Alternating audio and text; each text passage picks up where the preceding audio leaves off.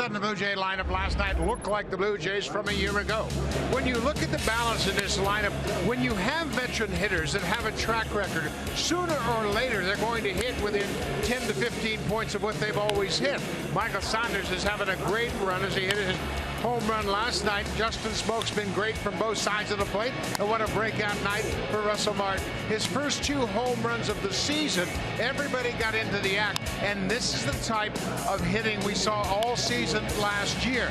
Bottom of the lineup coming up with clutch hits. Everybody 1 through 9 has to understand all you got to do is pass the baton. Let the next guy do the heavy lifting. And speaking of the bottom of the lineup, with Troy Tulowitzki out at least one more day with that quad issue, Darwin Barney will see his first action of the season at shortstop. He's the starting shortstop in this game. Devin Travis is at second base again. Jamie?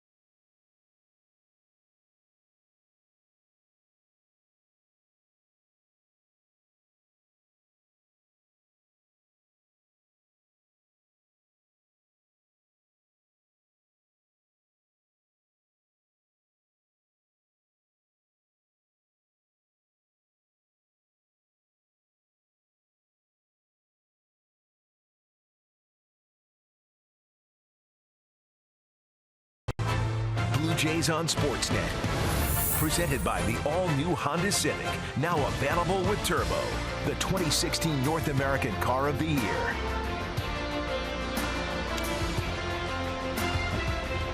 A very warm afternoon here in New York. We welcome you back to Yankee Stadium. Final game of the series between the Blue Jays and Yankees. And a look at the starting lineup for the Jays. Again, Jose Bautista in the leadoff spot. He's been in the leadoff spot the last 6 games. He's got a hit in all 6 games, including 3 home runs. All of those came at Target Field. Michael Saunders has been hot. Hit another home run yesterday. And he's hit lefties well this year. He'll face a lefty today in CC Sabathia. Big CC Sabathia making his second start after coming off the DL. CC's 35 years old. He was drafted originally by the Cleveland Indians. He won his 100th game as a Yankee. Now he has 100 wins with both Cleveland and the New York Yankees. 7th start of the season for Sabathia. Jim Joyce with the best strike call in baseball is behind the plate today. Marvin Hudson at first, James Hoy at second, and Chad Fairchild at third. It'll be Bautista, Donaldson, and Encarnacion in the first inning here for the Blue Jays. Sabathia comes in 3-2 with an ERA of 3.41 in 6 starts on the season. Breaking ball in for a strike, and it's 1-2. He's made 2 starts since coming off the DL. Excuse me, 1 start since coming back off the DL with a groin injury. 6 innings, 3 hits, 1 run allowed at Oakland. Picked up the win in that game. 1 ball, 2 strikes the count. Well, everybody's got their sunglasses on, and Buck, probably in about half an hour or so, the shadows are going to become a factor in this game. Yeah, they sure will. As that sun starts to set in the west, that shadow's going to creep from behind home plate all the way out to the mound, and it'll be a challenge a little later on in this afternoon. Normal batting practice time about 5:30. It should be a real tough lighting situation. Here's the 1-2 again, bounced in by Sabathia, who is number 2 in active wins in baseball right now. Only Bartolo Colon has more career wins among active pitchers than CC Sabathia, and Sabathia is the all-time leader in innings among active pitchers. He's got 217 wins. Colon's got 222. CC's pitched more than 3,000 innings in his career. Here's a fly ball to right field. Back onto the warning track. Carlos Beltran will make the catch. Beltran is back in the outfield because Alex Rodriguez has been activated off the DL. He's DHing today. Beltran is joined by Aaron Hicks in center and Brett Gardner left. Jacoby Ellsbury not in the starting lineup today. Headley at third, Gregorius at short, Castro at second. Austin Romine making just his 2nd major league start at first base. Mark Teixeira still has a sore neck, and Brian McCann behind the plate. Romine swinging a hot bat. He homered in last night's game, and he has had a good series. So they got his right-handed bat in this lineup against J. Happ. First pitch swinging. Josh Donaldson lifts a high fly ball left center field. Gardner has room. So 2 warning track fly balls to begin the ball game for the Blue Jays. Yeah, and you got to believe there's going to be a little carryover for the Blue Jay hitters after last night. They scored 8 runs on 11 hits and hit 3 home runs. So both Bautista and Donaldson came within a couple of feet of hitting home runs. This is a ballpark, we talked about it last night. If you can keep hitters between the alleys, it's a pitcher's park. Down the lines, it's a hitter's park. 399 to left center, 385 to right center, but just 318 and 314 down the lines respectively. Here's Edwin Encarnacion. I'll never forget the first time I saw this stadium. I was standing next to Reggie Jackson. He said, I'd hit 70 here.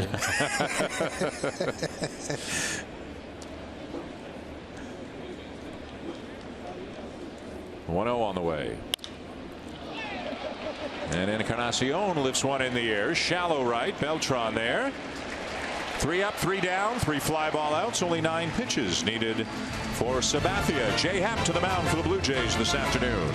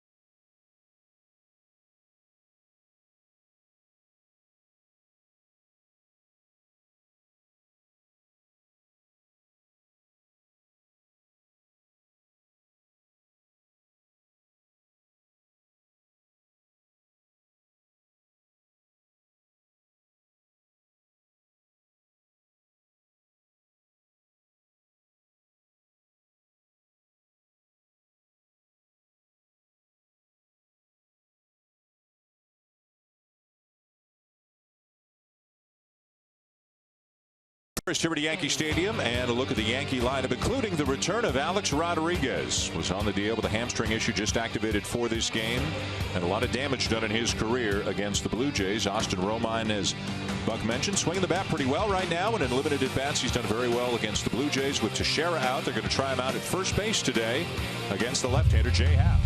Well, Jay Happ's coming off another terrific start last time out at Minnesota against the Twins. He went 7 1/3, allowed just 3 hits, had a one-hitter into the 8th inning, and then gave up a leadoff single and a walk. And then Danny Santana hit a 2-run double to tie it up. He was saddled with the loss, but boy, has he been consistent. Outside of the start 2 starts ago against the Rays, he has been pitching deep into the ball game every time out. His ERA took a beating in that start against Tampa Bay when he was charged with 8 earned runs over just 2 innings. Brett Gardner will lead it off for the Yankees with no Jacoby Ellsbury in the lineup today. Gardner hitting .234 on the season. He's 5 for 14 in his career against Happ. He'll be followed by Aaron Hicks and then Starlin Castro. The rubber match of the 3-game series. The Yankees winning 6-0 in the first game of the series on Tuesday, and then last night the Blue Jays bouncing back with an 8-4 win. Brett Gardner's 0 for 16 so far against the Blue Jays this season. He picked up an RBI with a ground out, potential double play ground out. He just legged it out at first and got the only RBI he's had against the Jays in 4 games. 1-1 line to center. Pilar going back and makes the catch for out number 1. Pilar flanked in the outfield by Michael Saunders in left and Jose Bautista in right. On the infield, Josh Donaldson, Darwin Barney at short, Devin Travis at second, Justin Smoke at first, and Russell Martin behind the plate.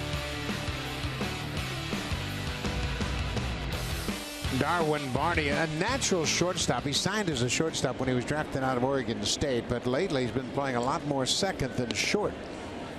But with Tulowitzki on the mend after that quad injury, Barney says, hey, I'm comfortable at short. I haven't played there a lot, but that's my natural position. I'm right back at home. Tulowitzki looks like he's progressing very well, watching his batting practice today. He ran some sprints before batting practice as well. The Blue Jays are hoping it's just a couple of days. As Hicks pops it up, Smoke going down the line into foul territory, won't have a play. It's 4 rows deep. And a guy in a Sabathia shirt got the ball down the line. Hicks, a switch hitter with some speed, a very good arm, former Minnesota Twin, can play all 3 outfield spots, and Joe Girardi, typically against a lefty, will just alternate. Gardner sits one, Ellsbury sits one. Ellsbury out today.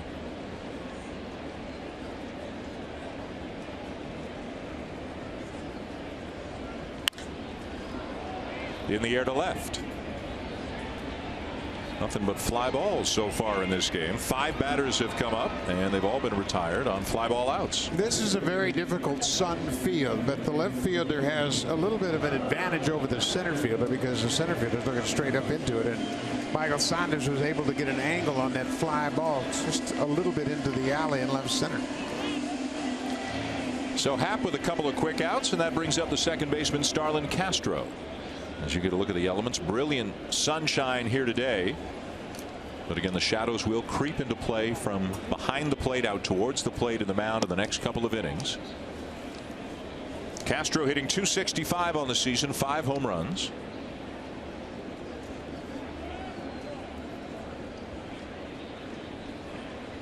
Infielders back and the outfielders straight away with 2 outs and the bases empty here in the bottom of the first.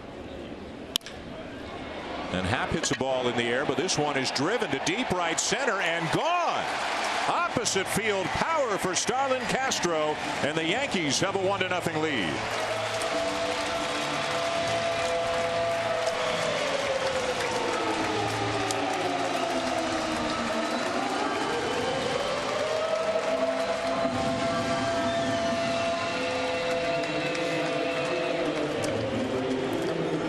The 7th home run Jay Happ has allowed this season, and for me this is the biggest difference of this ballpark.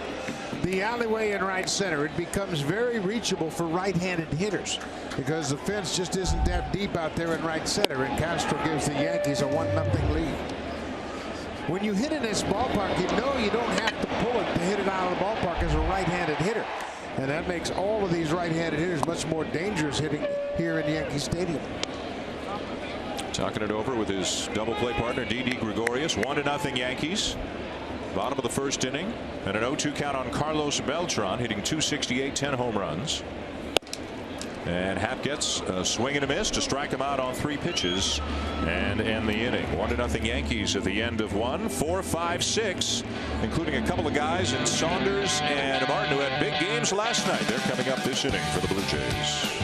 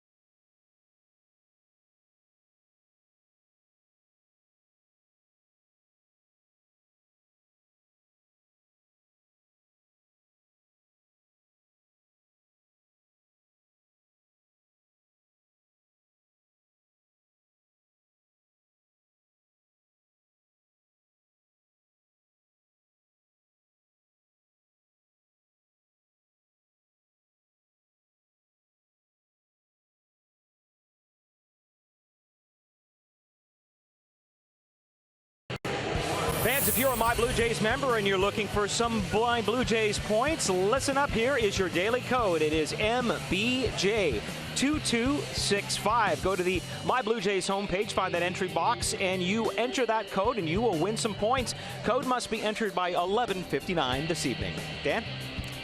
Barry, thank you. Top of the second here in the Bronx, 1-0. The Yankees leading the Blue Jays. Some Blue Jay fans scattered around the ballpark again here this afternoon. Michael Saunders hit a home run last night off a lefty. Hit it off Chasen Shreve, who incidentally was placed on the DL today by the Yankees with a shoulder issue.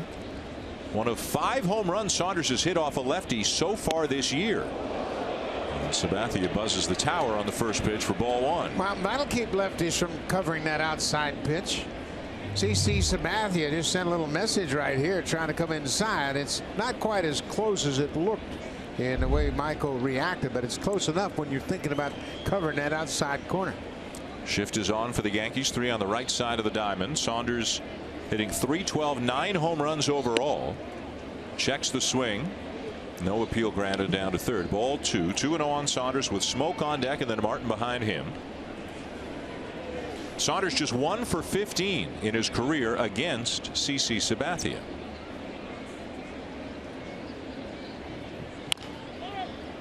CC threw those first 2 pitches wanting to keep that number intact. Don't get too comfortable up here, Mr. Saunders. I know you're swinging the bat well, especially against lefties right now. The big lefty broke into the big leagues in 2001 as a member of the Cleveland Indians. Won 17 games as a rookie. Had some great years with the Indians, including winning a Cy Young Award in 2007. During the 2008 season, he was traded to Milwaukee. And get these numbers. In 17 starts, Buck, with Milwaukee, Sabathia went 11-2 with a 1.65 ERA, 7 complete games in 17 starts, and 3 shutouts. And at the end of the year, remember they were going for a playoff spot. Time after time, he pitched on 3 days rest going into his free agency. But he said, I don't care. It's about the team getting them into the playoffs. And then he still parlayed that into a long, lucrative couple of contracts now with the New York Yankees. Yeah, it was one of those trade deadline deals, very similar to that of David Price last year when CC went to the Brewers. Boy, he was on fire. He left Cleveland with a 6-8 record and an ERA at 3.83, and then in those 17 games he went 11-2 with a 1.65 earned run average.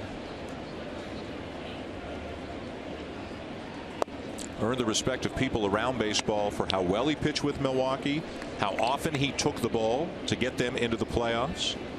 Always has been considered one of the good guys in the game. Doesn't have quite the velocity that he used to have. He's thrown over 3,000 innings, as we mentioned a little bit earlier, so he's lost some of that velocity.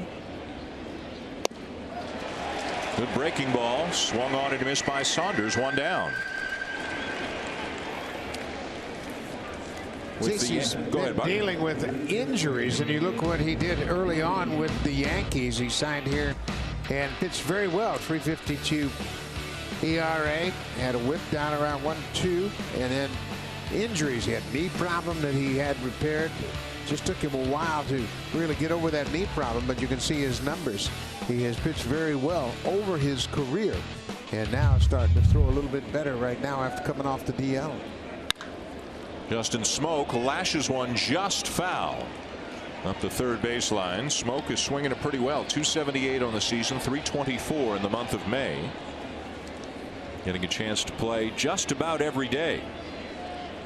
Maybe hitting for a bit higher of an average than you might expect. Maybe not hitting for quite as much power as you might expect. Yeah, and I think he got off to a slow start with the power because he wasn't getting much to hit. You'll remember early in the season he was walking a lot, really not getting too much to hit.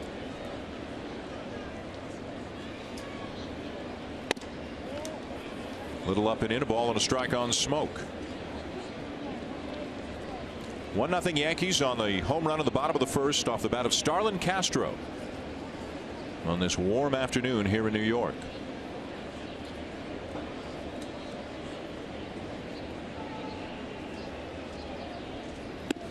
Up and away, ball 2. Yeah, Blue Jay players have been raving about the weather. Finally outside playing in great weather, and the whole road trip. Minnesota was spectacular, but now this really feels like baseball weather, and they're all hopeful that the roof at Rogers Center will be open when they play the Red Sox tomorrow night.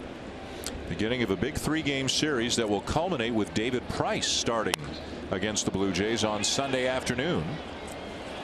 Aaron Sanchez will start for the Blue Jays tomorrow night against Joe Kelly.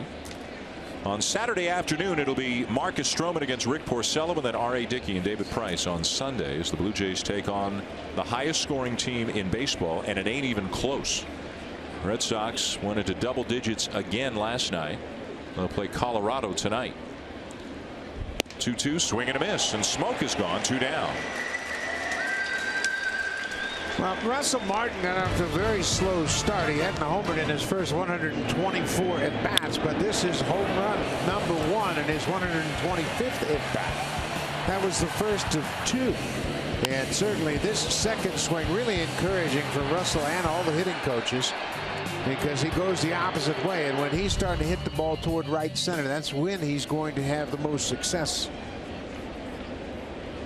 Now he's got to back it up with a good day at the plate.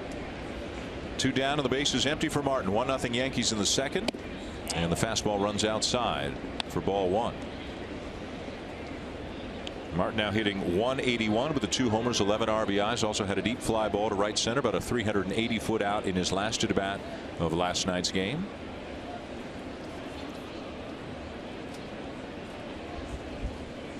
Center fielder Hicks shading him over towards right center as Martin pulls it foul. Boy, Hicks is deep too, isn't he? When you look at him out there, it's a big spacious outfield, but boy, there's a lot of room for base hits to fall in front of it. Yeah, just thinking where Pilar was in the top half of the inning, Hicks looks like he's about 20-25 feet deeper. Yeah, he really is, and obviously that suggests that he's more comfortable coming in than going back.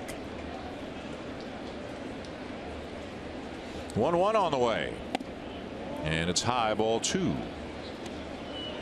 I think it's really important for Russell that he doesn't think about those 2 home runs yesterday other than his approach. You can't come out here thinking, well, I'm going to hit a whole bunch of home runs right now. Just have that good approach again, and success will follow.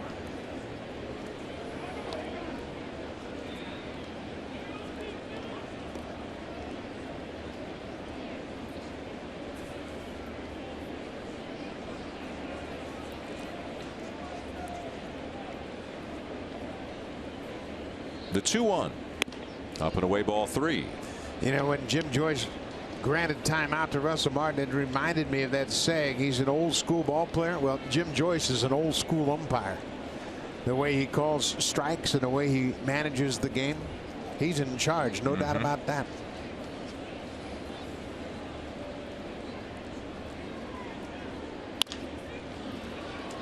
Ground ball to short, backhanded by Gregorius, and plenty on the throw to end the inning. The Blue Jays go in order again to the bottom of the second. 1-0 Yankees.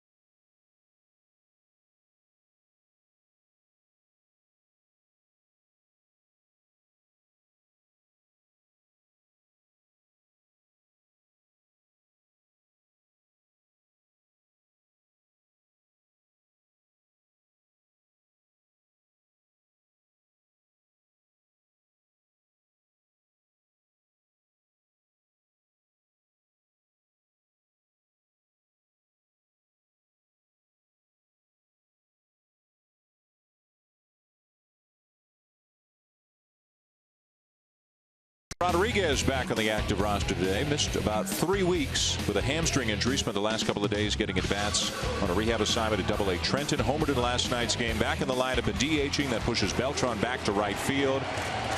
A-Rod just 194. Does have 5 home runs and was actually very hot the last 5 or 6 days before he suffered the injury. You know, A-Rod comes back, but now Teixeira's out. And with the older players, Beltran, Teixeira, A-Rod, just no guarantee you're going to be able to keep these guys healthy. No, not at all, and that's the big concern. And that's why Joe Girardi has to be so diligent as to giving his veteran players rest. Even though they might insist they're fine, you've got to make sure they don't wear down. First pitch swinging and a ground ball to short. Darwin Barney. His first start at short of the season, his first play of the afternoon. We mentioned off the top of the show, if you weren't with us, for Barney, his 17th major league start at shortstop. He has been almost exclusively a second baseman. Last year, spent almost the entire year at the Dodgers AAA affiliate in Oklahoma City. Made 18 starts at short, but 58 starts at second. And now with a shift on for Brian McCann, Travis will hold his ground in the usual second base position, and Barney goes beyond him out onto the outfield grass and right. And you wonder what's coming, because as soon as Tulowitzki gets healthy, there will be a logjam in the middle infield with Barney and Travis and Goins, and the Blue Jays are only carrying 11 pitchers right now, and that's not going to last very long. I would expect Tulowitzki will play tomorrow against the Red Sox. I think they were really cautious, and John told us before the game that he didn't want to rush Tulowitzki back. But Troy took batting practice. Dan mentioned he did sprints today, and it looked like he was okay. So I would expect him to play tomorrow, Friday night, against the Red Sox, and then they'll have to make a decision as to how they're going to clear up that logjam. They may bring another pitcher back onto the roster, and it may be Aaron Loup. Aaron Loup is pitching on rehab, and the Blue Jays are only carrying one lefty right now in Chad Girardo, which is not the ideal situation. So it may be a position player for Loup over the next couple of days. Yeah, I expect Loup to be at Rogers Center tomorrow night. I just think that he is ready and they need him, and I think John Gibbons knows what Loup can do when he's healthy, and all signs indicate that he's probably going to join the team.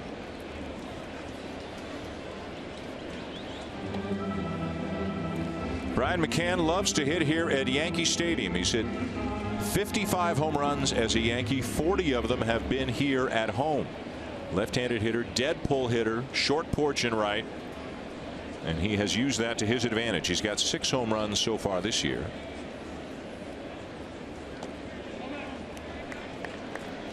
He hasn't fared well against Jay Happ. Just 3 hits in 19 previous at bats. And here's a perfect example of Jay wanting to keep the ball away from McCann and keep him in a big part of the field. 2-2 breaking ball misses inside. Boy, both Happ and Martin thought that came back over the inside corner, but they don't get the call. Yeah, and you can see Russell Martin and Jim Joyce having a conversation, but that pitch is the best pitch for an umpire, peering over Russell's right shoulder. He gets a good look at it. And the at-bat continues. Umpires will set up in the slot when you have a left-handed hitter like McCann, and he can look right over the top of Russell's right shoulder and see that inside corner. Chase Headley, you saw waiting on deck. 1 out. Nobody on. The Yankees up 1-0 here in the bottom of the second. And again the 3-2, and again fouled off by McCann.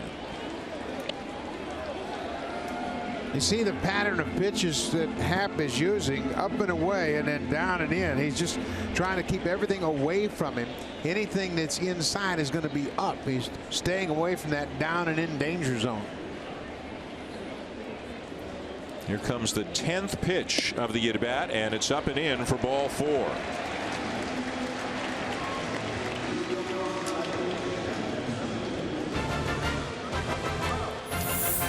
The all-new Honda Civic, now available with turbo. The 2016 North American Car of the Year.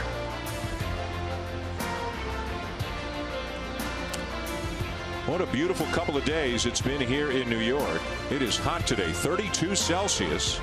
Late afternoon start here for the Bronx as Headley hits a little chopper back towards the mound. And weakly hit, so Happ's only play is on to first as McCann takes second now with 2 down.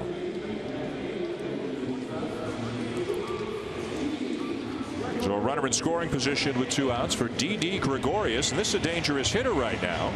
Hit a home run last night on an 8-game hitting streak. Buck hitting over 400 in that stretch, and he's also hitting very well against lefties this year. Yeah, he sure is, and he's got one of the better averages for left-handed hitters against left-handed pitching. I think 368, and he got a little pop in his bat. You mentioned the hit streak, but Gregorius has become very comfortable here since the second half of last season. And you can imagine how tough it was, and I know replace is the wrong word, but to replace Derek Jeter, to come in after one guy had been the shortstop for 20 years for the New York Yankees. You know, Joe Girardi would talk about it. Not a lot then, more in retrospect since, but obviously Gregorius had some nerves taking over. Just the magnitude of playing a key position in New York. I don't care who you're replacing, but he came in as a new shortstop, and obviously it's compounded and multiplied by the fact that he was replacing Derek Jeter, who's going to go to the Hall of Fame.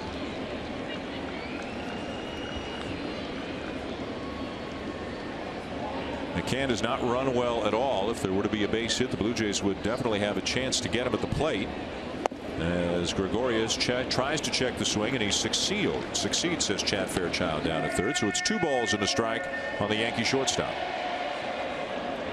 Now, Gregorius has really picked up his average batting against left-handed pitching. Prior to last August, he was hitting under 200 for his career. But since he came here to New York and worked with the Yankee hitting coaches, he has developed the knack for covering the ball away, and when he does have a ball inside against the lefty, he can hook it. The 2-1 sent foul off to the left. 2-2 on Gregorius.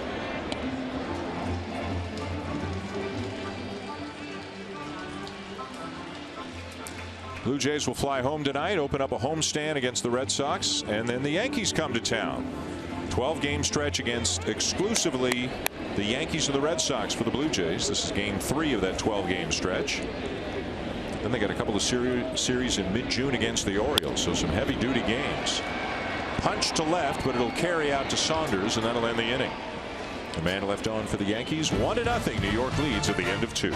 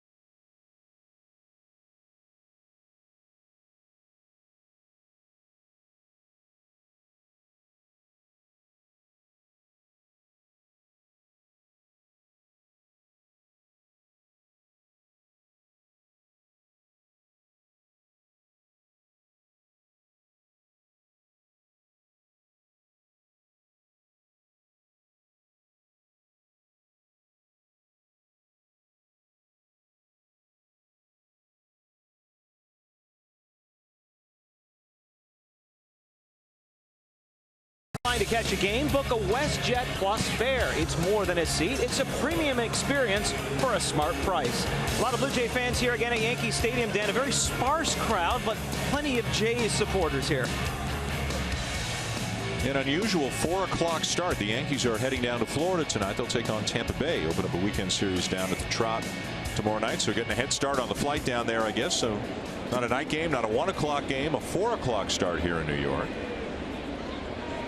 1-0 the Yankees lead going to the top of the third. Pilar, Travis, and Barney coming up for the Blue Jays against CC Sabathia. Pilar hitting .243.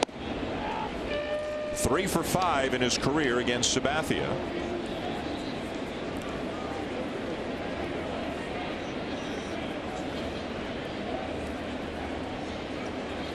Corner infielders in a little bit just behind the bag against Pilar, who swings and hits a ground ball to short.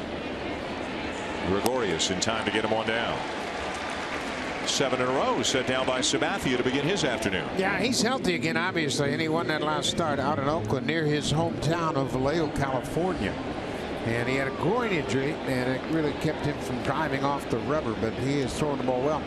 And, you know, CC, if he can stay fit physically, he had the knee problems and then the groin injury, but he knows how to pitch, and he can pitch with less velocity than a lot of guys. Some guys lose velocity, they can't pitch, but CC's developed a good changeup. He's got a very good breaking ball, and he knows how to command the strike zone. Here's Devin Travis. Second game back with the Blue Jays. Went 1 for 4. Had an infield hit in last night's game. We talked to him before the game and asked him how he felt about last night, how he was feeling during the game, and he said he had opening night jitters plus. The adrenaline was flowing. He was so excited to be back, but he was definitely nervous to be back at the major league level. Probably a little bit calmer here on the second day. Off the glove, or maybe the leg eventually, of Gregorius. It bounces out into left field. Big turn by Travis, but he'll scamper back to first.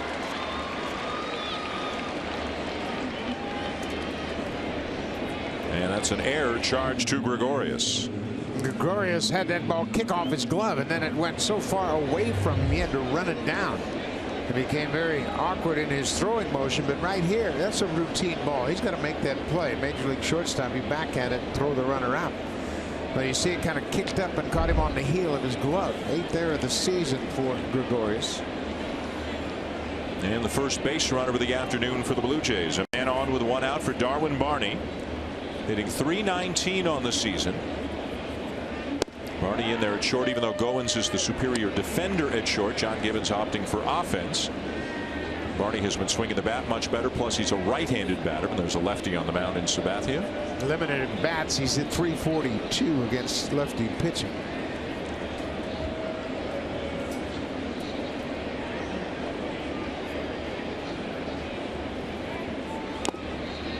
And a quick 0-2 count. And there's the changeup that's so effective for Sabathia. Of course, at one time he'd throw in the upper 90s. But that's no longer the case, and he understands the value of changing speeds and locating his pitches.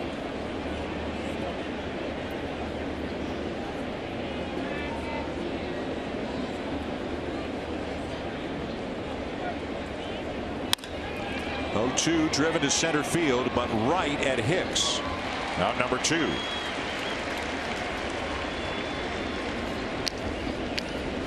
Sabathia is a big man, 6'7" and about 290 pounds, and with better than 3,000 innings on him. Not surprising there's been some wear and tear and a little bit of a drop in velocity. Every frontline starting pitcher reaches that point in his career, 32, 33, 34, whenever it is, when the velocity starts to drop. And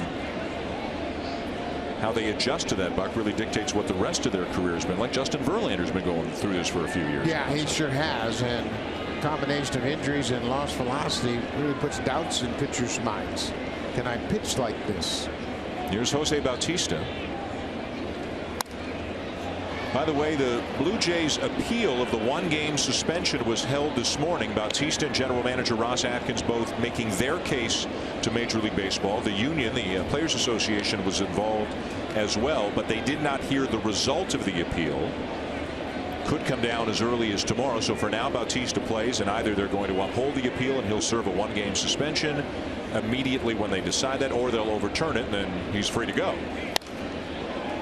Yeah, and to his credit, Bautista wouldn't talk about it today. He said there's no reason to comment on it until we have a verdict from the hearing. But I would expect it'll come tomorrow. I don't think they want to linger over the weekend. Sabathia out in front of another hitter. No balls and 2 strikes. Short lead at first by Travis with 2 down. The Blue Jays still looking for their first hit of the game.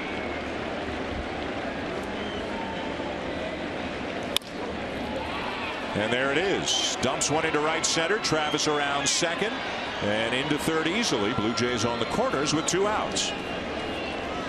Bautista doing a good job of just staying on his pitch. It might have been another changeup from Sabathia, and he stays with it and drives it over the second baseman's head into center. Off the plate outside, he stays on it. And because the Yankee outfielders are playing so deep, the Blue Jays are going to have to make note of that. When you have a chance to score a run, it's going to take the outfielders a long time to come and get those ground ball base hits that go through the infield.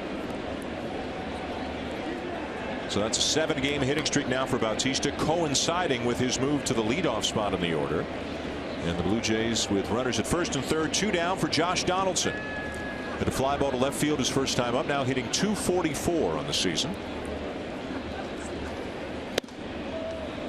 Takes up and away for ball 1. It's been a rough May for Donaldson. He's hitting .193 in the month of May with 3 home runs. Had a decent start to his season, but he hasn't really been locked in at any point. Not nearly close to what we saw last year from Donaldson.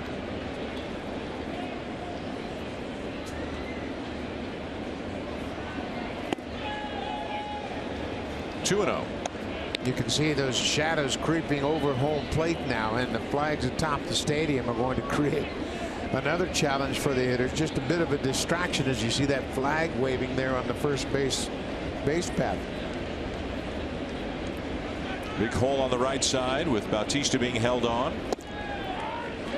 Strike taken, 2-1 on Donaldson.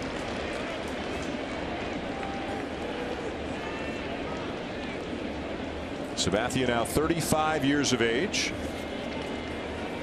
facing the reigning MVP and Josh Donaldson as the Blue Jays try to break through here in the 3rd inning.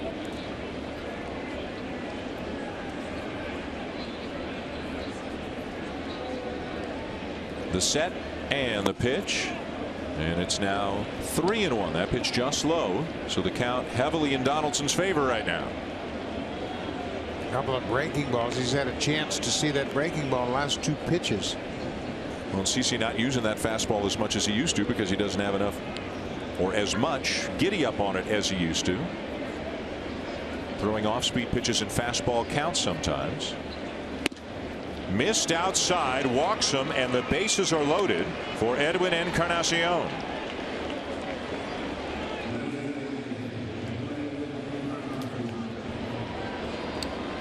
Well, Edwin had 3 grand slams last year. He's got 9 career grand slams, and well, the Blue Jays need a base hit. They've had so many opportunities over the last couple of weeks to really bust the game open against the starter early in the game and haven't come up with that big hit.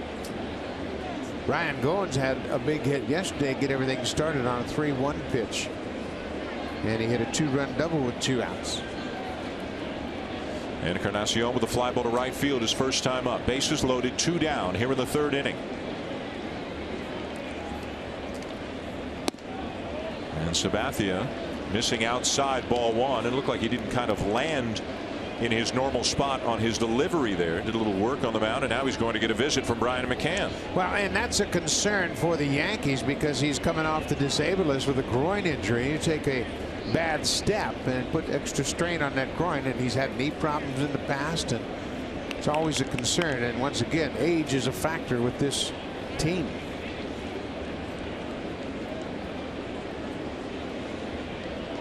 No guarantee he gets a fastball here, even though he's struggling with his command, even though he's thrown ball 1 to Encarnacion. Travis at third, Bautista at second, and Donaldson at first. And the 1-0 swung on line to left field. It is down for a base hit.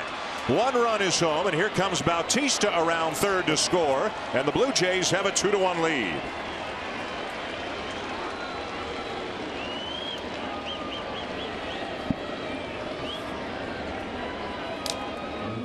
Well, we mentioned the Yankee outfielders play so deep, and you have to play deep with Encarnacion hitting, but once that ball is singled to left field, Bautista got a great break from second, and Encarnacion drives in 2 more runs. He now has 35. The bat speed really coming around for Encarnacion, and Bautista breaking on contact takes a peek at Gardner and knows that he's so deep he can't make a throw to the plate. That moves Encarnacion into a tie for 3rd in the American League in RBIs. Robinson Cano and David Ortiz have each driven in 43. And now Encarnacion and Mookie Betts have each driven in 35. Right behind them, a trio of players, including Jose Bautista, with 34. Here's Michael Saunders, struck out his first time up. Donaldson's at second, Encarnacion at first. 2-1 Blue Jays now in the top of the 3rd. And remember the importance of the air on Didi Gregorius this inning. If that play is made and you retrace the inning is over. These runs are unearned. Gregorius could not handle a ball to the backhand side off the bat of Travis, and eventually that led to this 2-run uprising. The Yankees have given up 11 unearned runs so far this season. These 2 would be unearned as well, and they might add to that total with Saunders at the plate. A look back at Donaldson in the 0-2. Yes, he did, and the inning is over. But it's a productive one for the Blue Jays. They take advantage of the air thanks to the Edwin Encarnacion 2-run single, and it's 2-1 Toronto.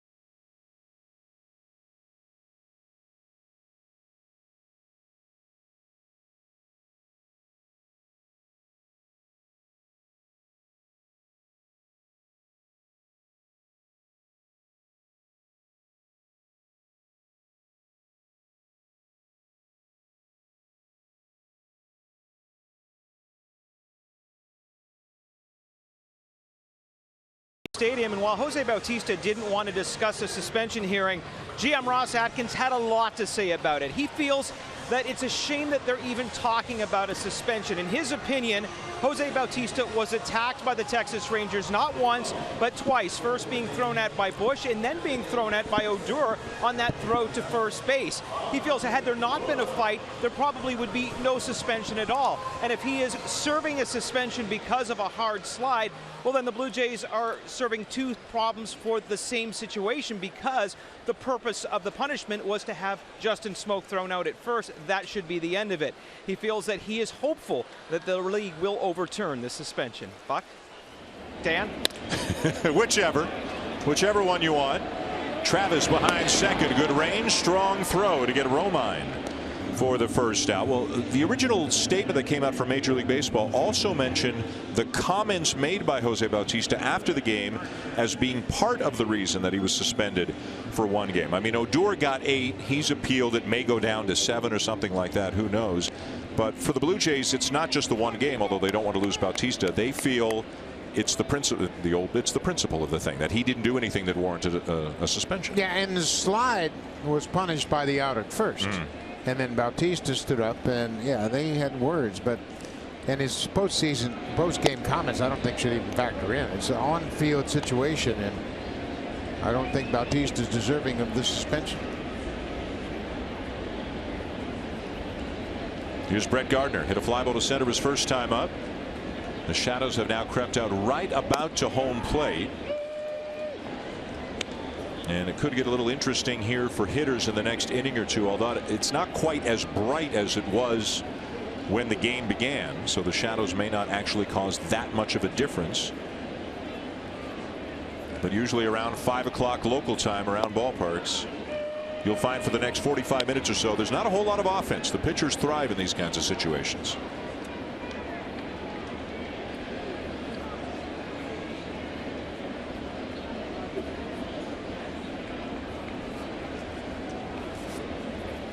One, two. And Gardner chases, held on to by Martin for out number 2.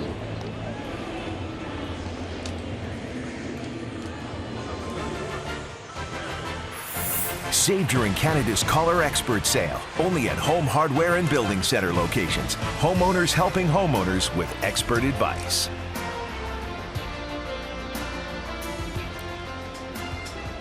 Beautiful shot above New York, and now a nice shot from high above home plate here at Yankee Stadium. And kind of a good look at what the shadows are doing to the hitters at this point. It's a hot day. Summer roared into New York yesterday. Temperatures over 30 Celsius yesterday and today. Just in time for Memorial Day weekend here in New York, and there are a lot of people headed out to Long Island, to the Hamptons, down to the Jersey Shore. There's an awful lot of activity in the city as we left downtown today. Kind of unheard of traffic in New York, huh? That doesn't happen very often. It never stops. Yeah. It just gets heavier on certain weekends. Aaron Hicks hit a fly ball to left his first time up. 2 down and the base is empty for the Yankees here in the 3rd. That's a fair ball out in front of the plate. Martin down to first in time, and that's a 3-up 3-down inning for Jay Happ.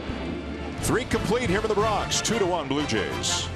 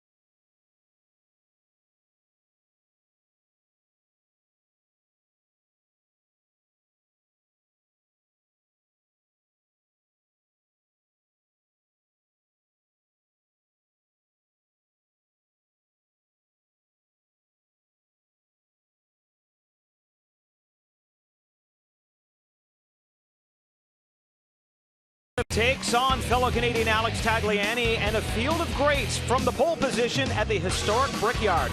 Don't miss the 100th running of the Indianapolis 500 Sunday on Sportsnet 360 and City, plus live stream on Sportsnet Now. It was just around a year ago, Dan, that he almost lost his life on the track. A couple of years ago. All right, Barry, thank you. A 2-1 lead for the Blue Jays going to the top of the 4th inning. New Yankee Stadium, if you still want to call it that. Cost well over $1 billion. It is a palace. It is huge. It's a little bit different vibe, though, than the previous Yankee Stadium, which had so much atmosphere. Certainly seemed to give the Yankees a real home field advantage. There was always a ton of energy in the ballpark. There's a soft liner to short off the bat of Smoke, and Gregorius will make the play. Yeah, one thing that's really changed here at Yankee Stadium is they don't have that raucous bleacher creature crowd out in right field. Right. I mean, there are fans out there, and they still do the roll call, but it certainly doesn't have that strong New York tradition that we saw in the previous edition of Yankee Stadium. Well, one of the things that's been talked about a lot because you see it. You see it right now in this shot, although not as much as you do in some other games, is empty seats behind home plate. The prices are much higher in this ballpark than they were in the old ballpark. And the seats right behind the plate, often half of them or even more, appear to be empty during a game. There's Russell Martin popping one up on the first pitch. Headley makes the catch in foul territory. They're still selling the tickets, but they're not putting quite as many bums in the seats as they did back in the old days. And another problem we have with that image is there are so many amenities available to the people that buy these seats. There are dining rooms underneath. There are bars underneath. You can go back underneath and have a terrific meal. There's a steakhouse in this place. There are several different restaurants and locations that you can go to during the course of a game and never have to sit in your seat. And as we saw last night, there are enormous plates of nachos, too, that our director, Troy Clara, took a shot of yesterday. And there was some sort of a vague promise made, I think, that maybe somebody might get some nachos up here for us. Although we're trying to eat healthy, right? We're both trying real hard to eat healthy. Here's Kevin Pillar. Grounded out his first at bat today. And quickly in the hole, 0-2 to Sabathia. Pillar's had a streaky season, to say the least. He is at .242 right now. A couple of home runs and 15 driven in. Does have 13 doubles on the season already.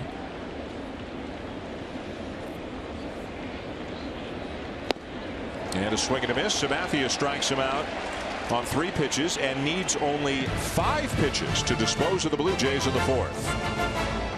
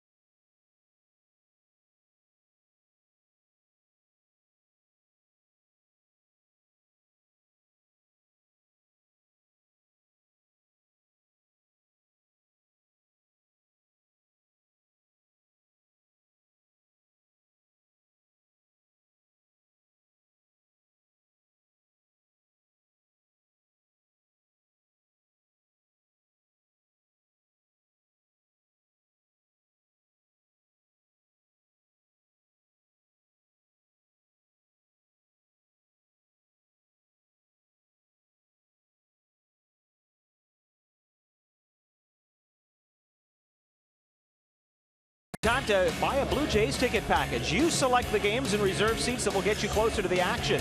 Starting from 10 games up to a prorated full season, Blue Jays account executives will find the packages that best suit your needs. Go to BlueJays.com and learn about all the great benefits of being a Blue Jays ticket package holder. Let's send it back now to Dan and Bob. All right, Barry, thank you. Well, through the summer, all kinds of homestands for the Blue Jays. They've got Baltimore, Philadelphia, Arizona, Cleveland coming in late June and over the Canada Day holiday. A long homestand against the Indians, the Royals, and the Tigers leading into the All-Star break. And they go out on the road for 5 games, come right back home to play Seattle, San Diego, and Baltimore at the end of the month. So the Blue Jays will spend just about the entire month of July at home. Here's Castro, who homered back in the first inning. The only run of the game, the only hit of the game so far for the Yankees. Ground ball right to Barney at short. Routine on to first. 1 down. Arizona is the Blue Jays home and home interleague partner this year. 2 games in Toronto and 2 games in Phoenix. The home games, the games in Toronto, are in June. And the Blue Jays have an Oakland, Arizona road trip in July, right after the All-Star break. Natural rivals, of course. But it's always fun to go to Arizona. I tell you what, the Blue Jay hitters love hitting in that ballpark. Yep. You know, that gets overlooked as a hitter's ballpark. People talk about Coors Field, and they talk about Baltimore and all those great hitters' ballpark, but there is not a better hitting ballpark in all of baseball than Chase Field. Blue Jays also playing Philadelphia home and home, if you will, 2-2. So I guess that would be the Blue Jays' so-called natural rival. There's one team in the division in the other league that you play where you play 4 times instead of 3. So they got 4 against Arizona, 4 against Philadelphia. Chase Field, other than Coors Field, is the highest altitude in baseball as well. And hitters always talk about the batter's eye, the backdrop, how easy it is to see the ball come out of the pitcher's hand. I remember a couple of years ago we went in there and Edwin Encarnacion, he had a play day there. I mean, it's just like everything he hit went out of the ballpark. 1-2 the count on Beltran. Struck out to end the first and strikes out again here. Third of the afternoon for Jay Happ.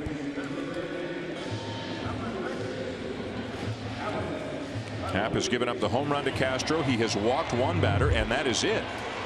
And Jay Happ looking more like the Pittsburgh Jay Happ from late last season than the Blue Jay the first time around Jay Happ from a few years ago. He's a different pitcher right now. Boy, he sure is. He's pitching with a lot of confidence, and he told us something interesting a couple starts ago that when he watched Clayton Kershaw, it just reinforced the thought he had of not being perfect. He said Kershaw dominated the Blue Jays, and he threw a lot of mistakes. He said you don't have to be perfect on every pitch. Another thing he's done that's really helped him and helped his infielders, he's working a lot quicker. Boy, he was a personal rain delay before, just really holding on to the ball, but now you can see how quickly he gets the sign. He's anxious to put the ball in play. Well, if Mark Burley were to write a book on pitching, that might be in chapter 1. Yeah, well, both Happ and Estrada have both benefited from watching Mark Burley, but Jay told me that in years past he would stand out there in his bullpen sessions and fret over every hanging breaking ball and just drive himself nuts.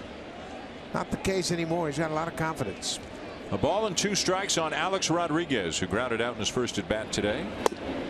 And Happ strikes him out. Another 3 up 3 down inning, and 8 in a row now set down by the Blue Jay lefty. Time now for a Blue Jays Central update. Here are Jamie Campbell and Greg Zahn in the Samsung broadcast studio.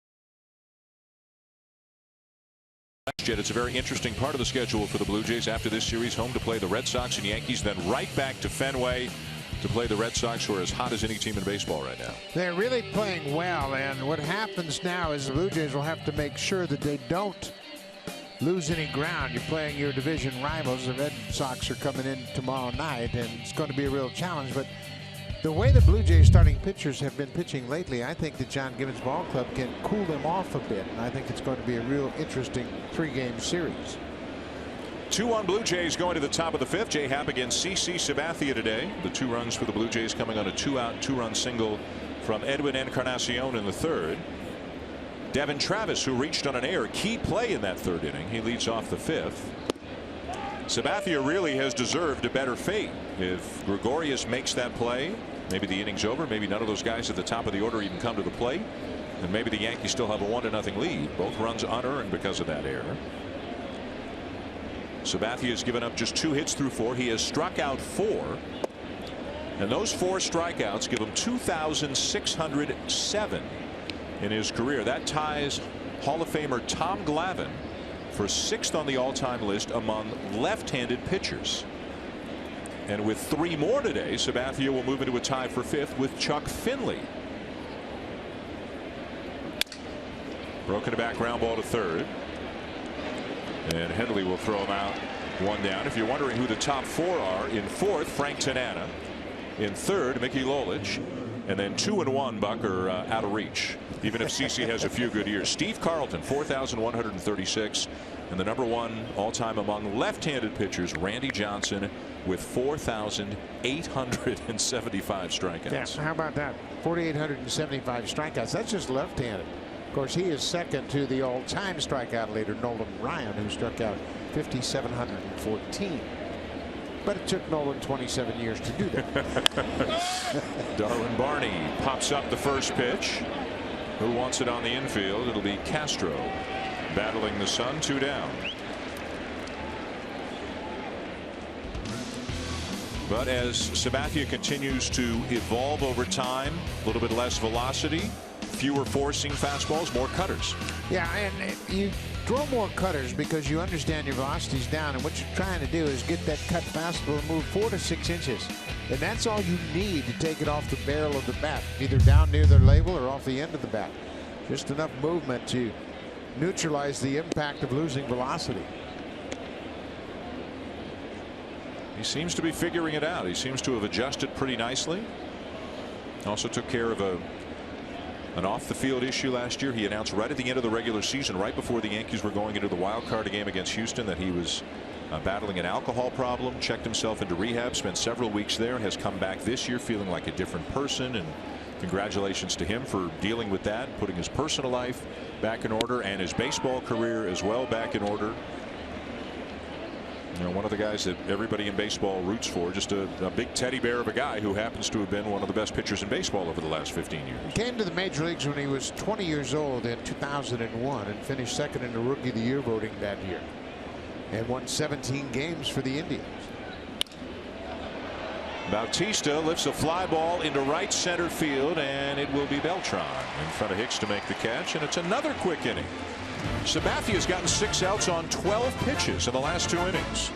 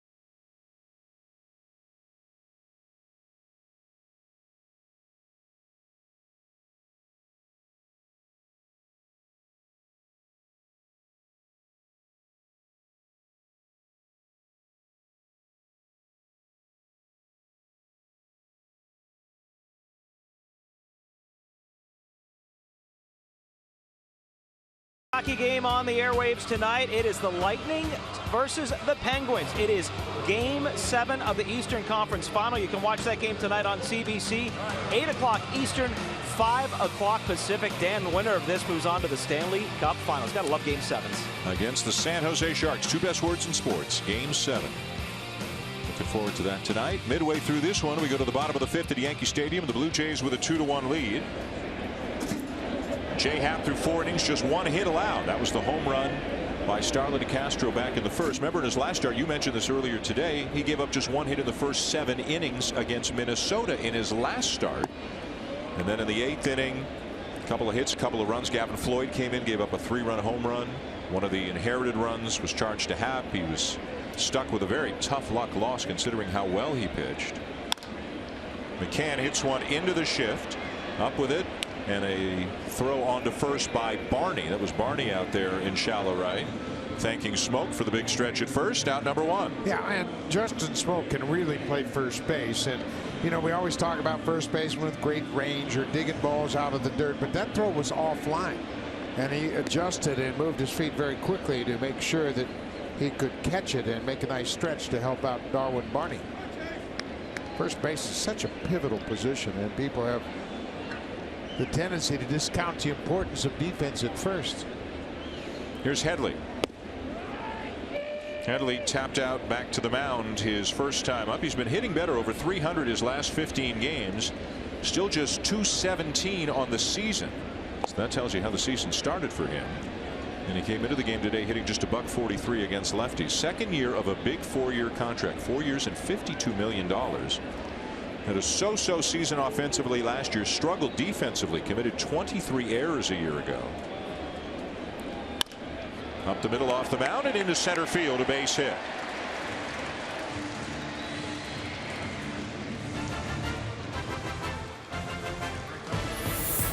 The all-new Honda Civic, now available with Turbo, the 2016 North American Car of the Year. A base runner for the Yankees with a 1 out here in the bottom of the 5th. The Blue Jays up 2-1 on this beautiful afternoon. There were 2 earlier games today in baseball. Pittsburgh defeated Arizona 8-3.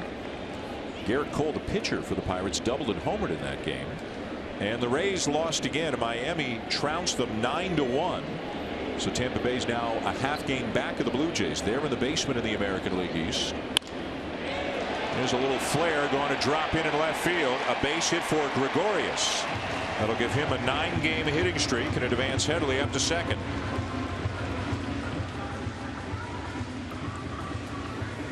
Again, another hit for Gregorius against the left-handed pitcher, and he has really done a good job this season. And we mentioned last year he made an adjustment.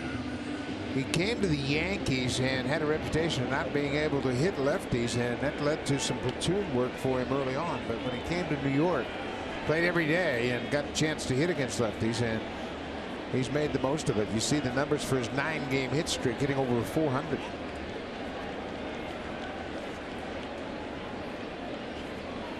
So an opportunity here for the Yankees. First and second, 1 out for Austin Romine. Getting a start at first base. Mark Teixeira out at least a few more days with a neck issue, so it could be Ackley against righties, Romine against lefties at first. Probably not a long-term situation for the Yankees. If Teixeira were to go on the DL, were to need to go on the DL, they'd have to figure something out. Well, and that's the problem, losing Greg Bird. The young first baseman did such a good job filling in for Teixeira last year, and then he had shoulder surgery. He's out for the season. So Joe Girardi didn't have any true first baseman. His options at first, he used, as you mentioned, Ackley at first, and now Romine. But Romine's swinging the bat so well in this series that he got the start today against the lefty. He homered against Girardi in last night's game as a pinch hitter, and he had 2 hits in the opener. Happ didn't know it, but time had been called. It looks like it came from Martin because he was on his way out to the mound. This is last night. Romine came up to pinch hit against Chad Girardi and hits one deep into the bullpen in left field, his first home run of the season. And in game 1 on Tuesday, he had a double and an RBI, had a single. He was 2 for 4 in the opener of this series, and he's a powerful bat that doesn't get an awful lot of playing time with Brian McCann doing the majority of the catching.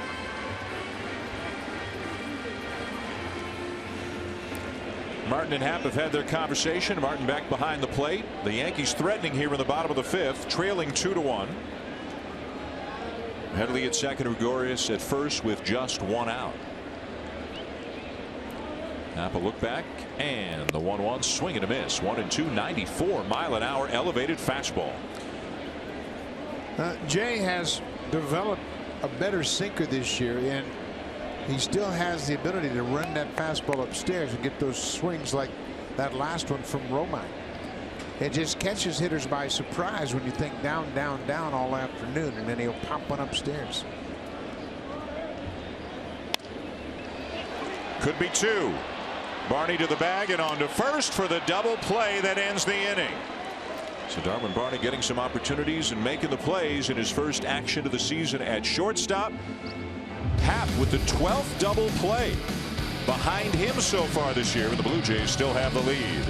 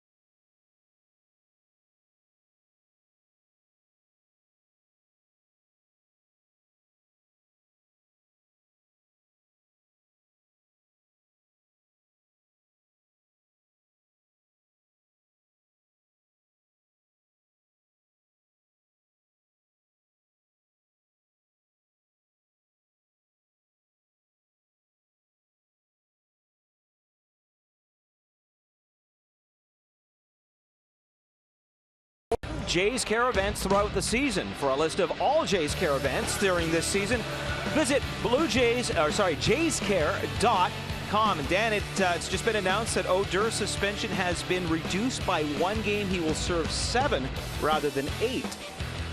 Well, and even though that has no direct impact on the Jose Bautista situation, that's something the Blue Jays will definitely take note of, and I think they would want even more than for Bautista's suspension to be eliminated from 1 game to none. They may find out about that tomorrow. If you weren't with us earlier, the appeal was heard today here at Yankee Stadium. Bautista and Ross Atkins on the Blue Jays side talking to Major League Baseball. The Players Association involved as well. The Blue Jays waiting to find out about the appeal and whether or not that suspension has been overturned. Top 6, 2-1 Blue Jays. Donaldson, Encarnacion, and Saunders coming up against Sabathia. Both Sabathia and Happ pitching well today.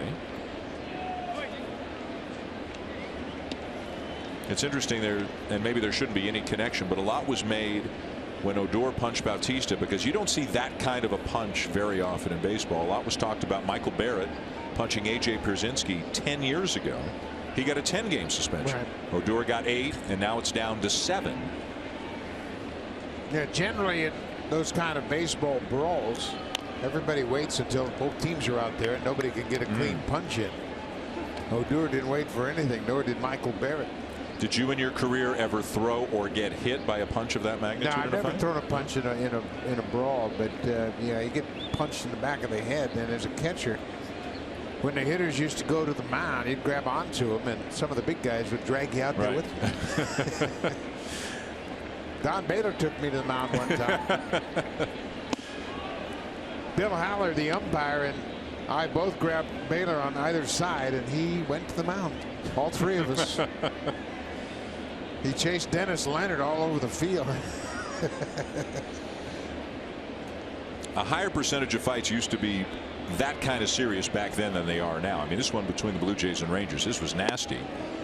But this was not typical. It was a little bit more typical back in the day, right? Yeah, it was more typical because you didn't know the other players. And nowadays, guys have so many friends on other teams because of free agency and trades and common agents.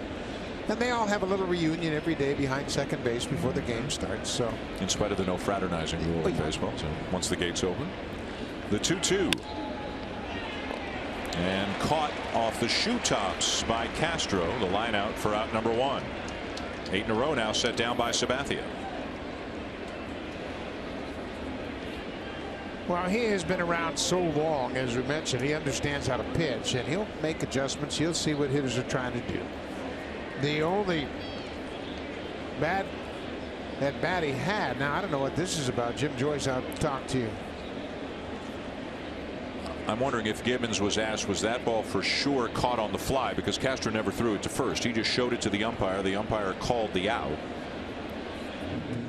Looked like it was caught on the fly. It's the only thing I can think of maybe that Gibbons would be asking. Yeah, the only thing to seem to be in question, and you watch Castro as he reacts here. It's a low liner, and he did catch it.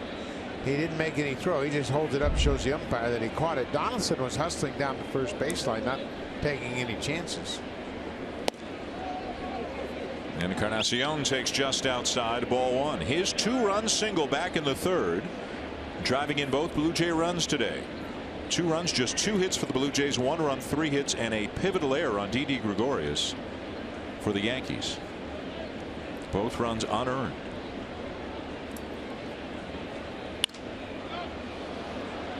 In the air to right.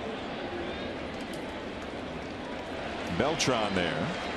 You know, with A-Rod back and a Beltran back in the outfield. Hicks, though, in the mix right now. You wonder how Joe Girardi's going to play it. A-Rod's probably got a hit to play every day. I don't think it's a guarantee that he plays every day. They'd love to have Beltran DH every now and again. Yeah, and Beltran has flourished with A-Rod on the DL. The Yankees 13-7 without Alex Rodriguez. He injured his hamstring on May 4th. Beltran, he is older, obviously, and as much as he has talked about wanting to play every day, he really hit well as the DH. Michael Saunders, a swing and a miss. He has not picked up the ball well off Sabathia so far today. Struck out both times, and that makes him now 1 for 17 in his career against Sabathia.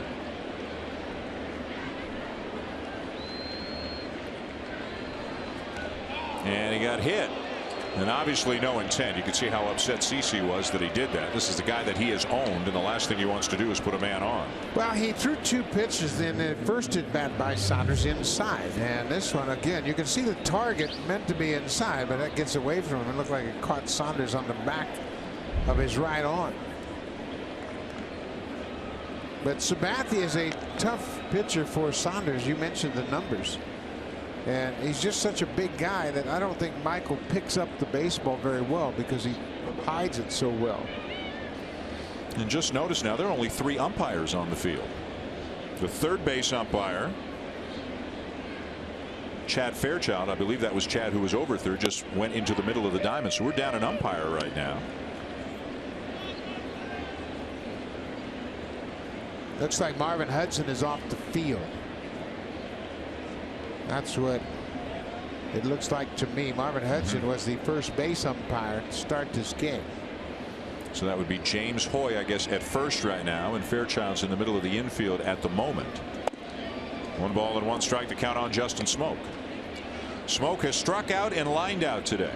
That's definitely Fairchild. He's number 4, and there's Hoy, number 92. He's over at first. So Marvin Hudson has had something come up.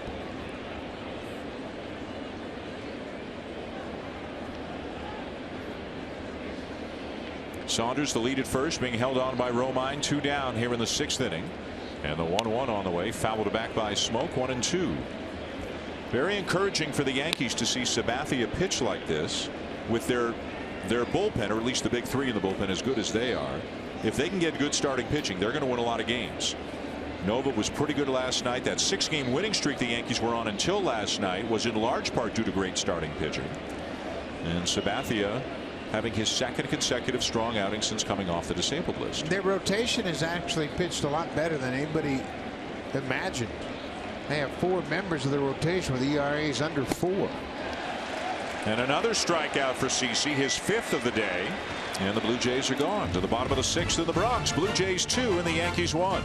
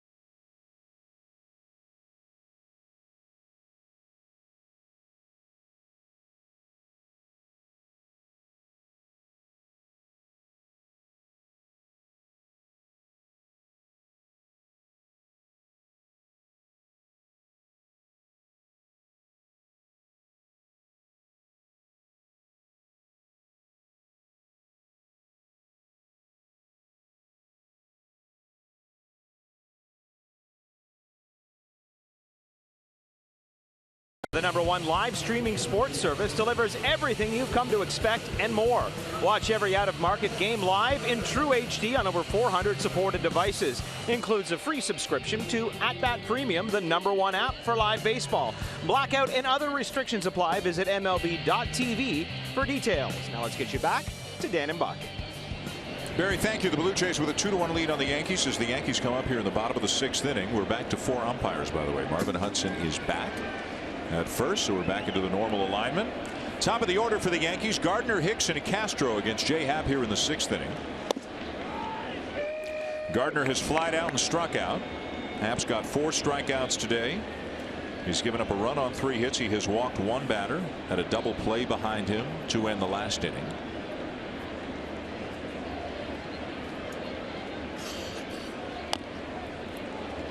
Did you see, Buck, where the Dodgers have called up Julio Urias, 19 years of age, considered by many to be the top young pitching prospect in the game, and he will make a start here in New York against the Mets tomorrow night. Yeah, and everybody's talking about a modern-day Fernando Mania with this kid. Evidently, he is real special, just 19 years old, but the Dodgers aren't going to call him up unless they're going to put him right in the rotation, and they need some pitching help for Kershaw, that's for sure. Gardner sends one down the left field line, and no play for Saunders. Clayton Kershaw having an incredible season right now. He has struck out 95 batters and walked 5. He will start against the Mets on Sunday.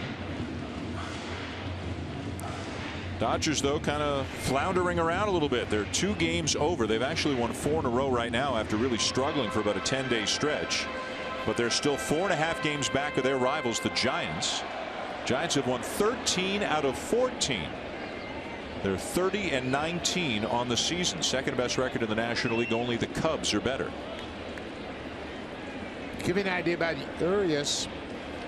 He has pitched in Oklahoma City in AAA. He's 4-1 with a 1.10 earned run average, 41 innings, 25 hits, 8 walks, and 44 strikeouts. And 19 years old. He's from Mexico. Obviously, that's why it's going to draw comparisons to Fernando Valenzuela when he came up in '81. He won the Cy Young Award and the Rookie of the Year that year, right? Won them both in 1981. That split season, the strike in the middle for 50 days. 2 balls, 2 strikes, the count on Gardner. And a ground ball to first, scooped up by Smoke. 1 down. When you talk about pitchers and dominant pitchers, you look at this list and you say, okay, we get Arrieta, we understand Kershaw, yeah, Mad Bum out in San Francisco, Steven Strasburg, and there's J. Happ. He's right with him. The lowest starter's ERA since August 14th last year. Happ is the 5th best in baseball, and he's just been terrific. And you know, he was rewarded with a very nice 3-year contract. He's got financial security. He's at ease. He's in a place he likes, Toronto. Loves the pitching coach, Pete Walker, and you know, not much is bad for J. Happ right now. Well, it goes to show you what, not to discount what he did in Seattle, but what he did in Pittsburgh is what got him that contract. 11 starts, 7-2 with a 1.85 ERA in Pittsburgh. Parlay that into a lucrative 3-year deal with the Blue Jays. And aren't the Blue Jays glad they signed Happ and re-signed Marco Estrada? Well, and you know, at the time they signed J. Happ, and they said, oh, well, J. Happ and not David Price. Well, the difference in the contracts obviously allows the Blue Jays to do many more things. And then they signed Estrada right away, and they're the 2 most consistent Blue Jays starters. Aaron Sanchez will open up the series against the Red Sox tomorrow night. Marcus Stroman on Saturday, then R.A. Dickey against David Price on Sunday. 2-1 the count on Aaron Hicks as he takes down and in for ball 3. Hicks is flied out and grounded out. If you're wondering about the Blue Jays bullpen and how John Gibbons might try to close this game out, he said he would rather not use Joe Biagini, as he's pitched in both of these 2 games. Gavin Floyd, according to John Gibbons, would pitch the 8th, and obviously Osuna would pitch the 9th. So if you were to kind of do a pecking order in the bullpen, obviously Osuna is the #1 guy. Gavin Floyd's probably the #2 guy right now. Biagini's 3. Yeah, I think they're 2A and 2B. 2A and 2B, yeah. Yeah. With with Chavez and Storen further down the list. And that's why you have to get another lefty up here, and I think that's right. We'll probably see Aaron Luke tomorrow night back in a Blue Jays uniform in the bullpen. 3-2. Down and in for ball 4. Second walk given up in the game by Happ.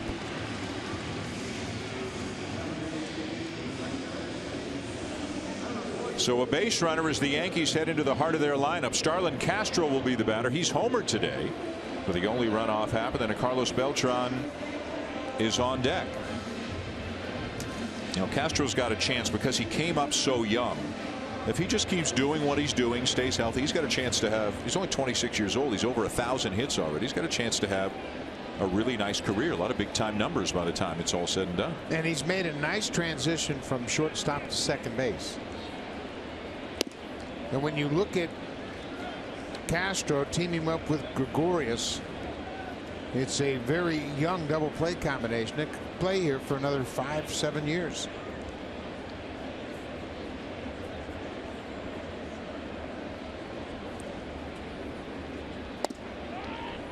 A ball and a strike.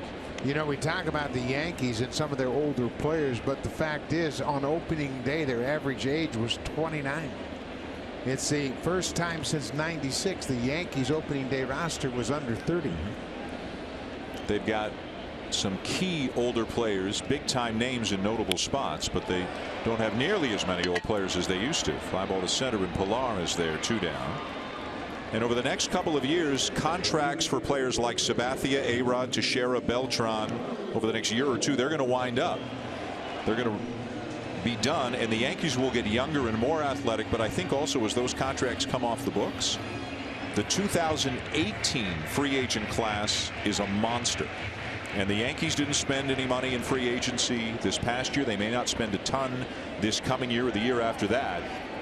But it's not like they forgot how to do that. They're going to start doing that again at some point. Yeah, I mean, you're talking about the likes of Jose Fernandez and Bryce Harper, and possibility of David Price opting out of his contract. There are a lot of guys that might be in the mix for free agency in 18. I'll give you another guy who could be a free agent after 18, and we mentioned him today. Clayton Kershaw's got an opt-out in his contract with the Dodgers after the 2018 season. Yeah, and you know what? He is from Texas. He has obviously flourished and established himself with the Dodgers in Southern California. But he might be just the type of guy that would say, you know what? Being a Yankee is not a bad thing to do. Well, if he hasn't won a World Series, I mean, who's to say what kind of situation the Yankees are in? But you know, the later you get in your career, the more that becomes a priority. You've made your money, you've won your rewards, but you want a ring. And if things aren't going as well for the Dodgers as maybe Kershaw would like, be about 29 other teams that would like to entertain the possibility of signing him, although of course it would be for huge money, so a lot of teams wouldn't be able to do that. 1 ball 2 strikes on a Beltran who has struck out in both of his at-bats today. Just 76 pitches thrown by Happ through 5 2/3, protecting a 2-1 lead.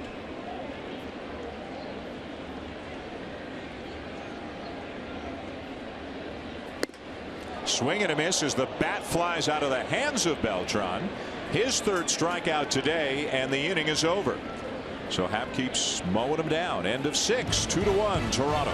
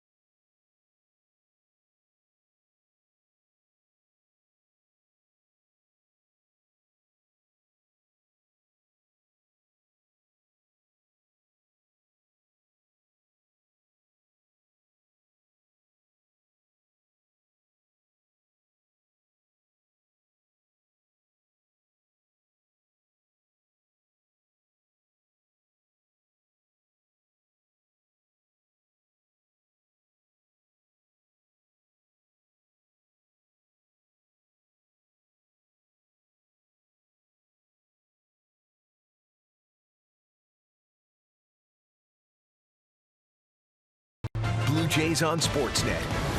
Presented by the all-new Honda Civic, now available with Turbo, the 2016 North American Car of the Year. Welcome back to New York City. Dan Shulman and Buck Martinez with you. The Blue Jays hanging on to a 2-1 lead over the Yankees as the Jays come up here in the top of the 7th inning. It's been a really strong afternoon for both starting pitchers, CC Sabathia and Jay Happ. Sabathia will face Russell Martin, Kevin Pillar, and Devin Travis here in the 7th inning. Both Blue Jay runs and both Blue Jay hits coming in the 3rd inning, and again all of that after an error committed by Didi Gregorius that had he made the play, none of those guys may have even come up that inning.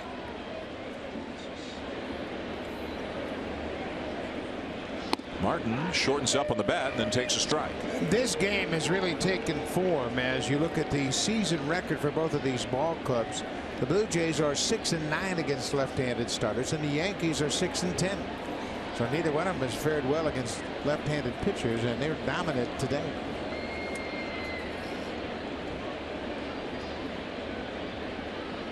It's funny because with all the right-handed batters the Blue Jays have, they demolished left-handed pitching last year, but they haven't been able to do that anything close to that this year.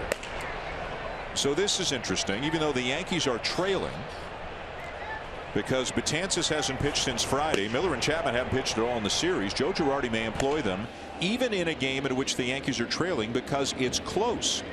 And that's why add-on runs in this kind of a situation are so important for the Blue Jays. If nothing else, maybe Girardi says, well, then I won't use my big 3, but he might use any or all of them in a game even though the Yankees are trailing. Well, and you have to look at what the Blue Jays bullpen record is, and Girardi's aware of that. The Blue Jays haven't been able to take care of the 7th and 8th inning very consistently, so he says, you know what, I got these guys down here. CC shows any signs of tiring, I'll go right down there, keep it a 1-run game, and hope our guys can get to the Blue Jays bullpen. Here's Kevin Pillar, a ground out and a strikeout.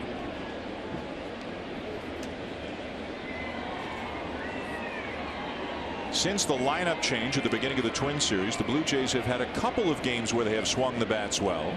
Of course, last night's was one of them.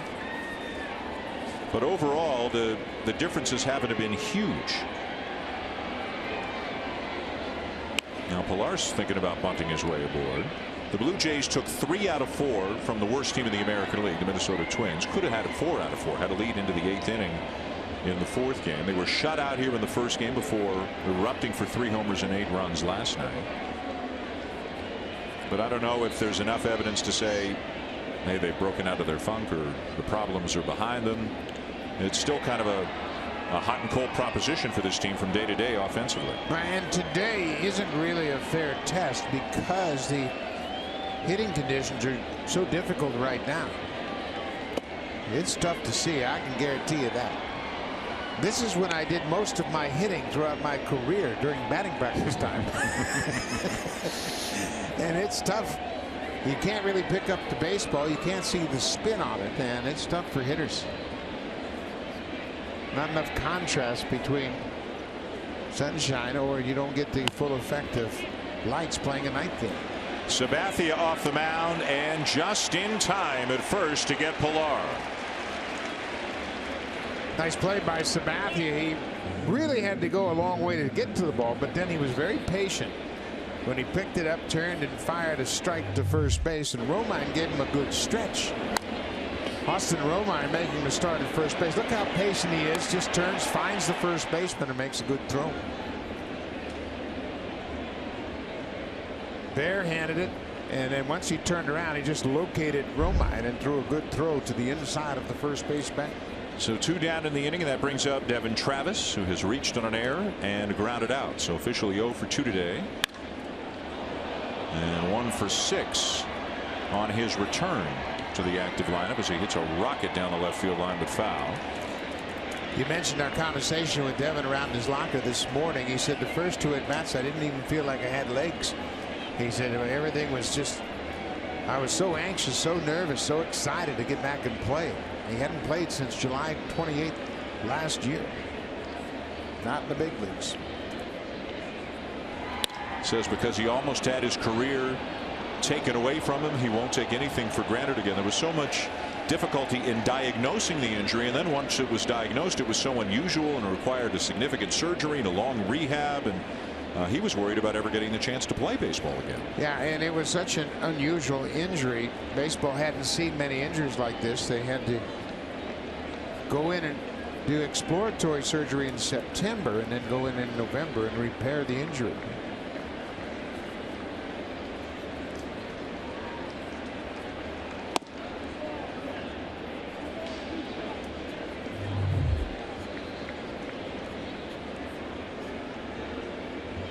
Nice grab. Save that guy on the phone. He sure did.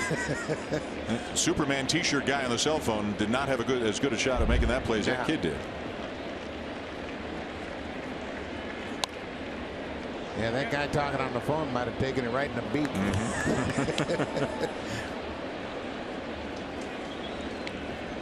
Yeah. I better hang up the phone and pay attention. That was close.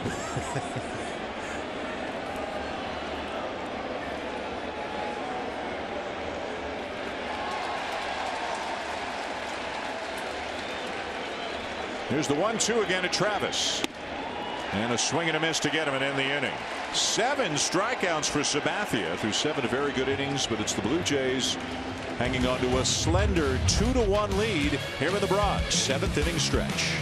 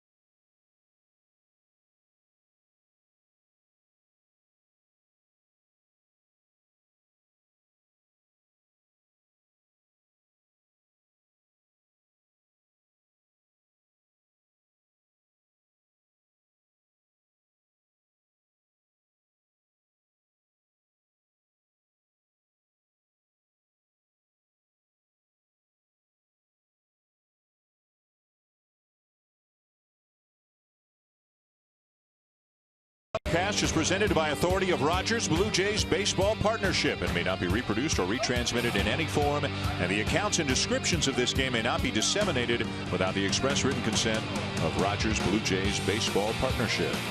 As we mentioned earlier, the Blue Jays will head home tonight after this game. They've got a big series, Buck, coming up over the weekend.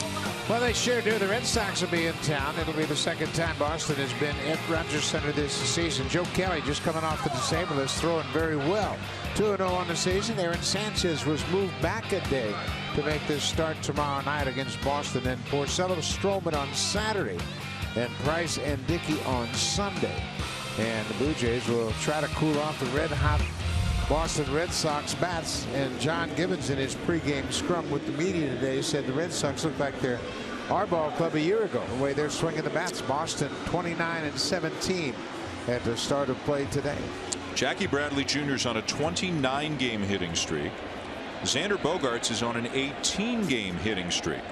Bradley's hitting .415 during that 29-game hitting streak, and Bogaerts is hitting .405 during his 18-game hitting streak. The Red Sox will host the Rockies tonight and get into Toronto late tonight.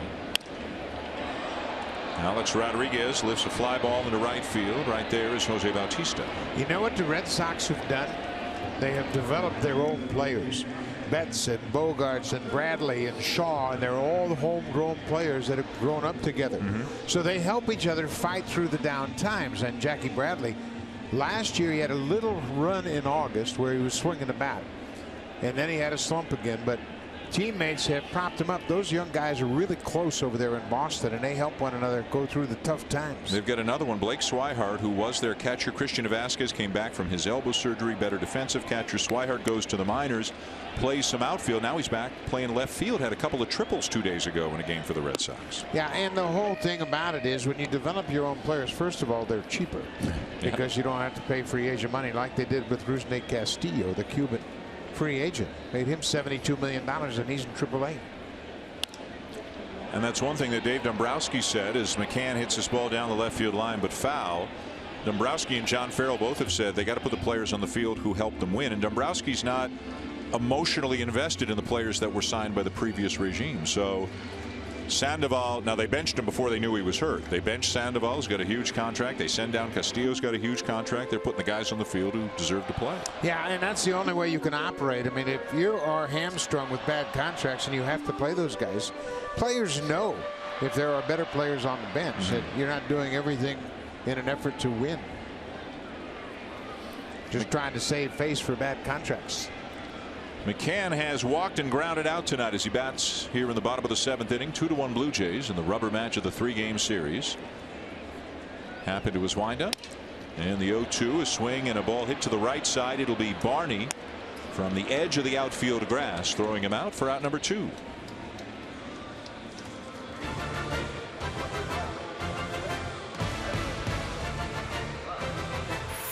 Save during Canada's Color Expert Sale, only at Home Hardware and Building Center locations. Homeowners helping homeowners with expert advice.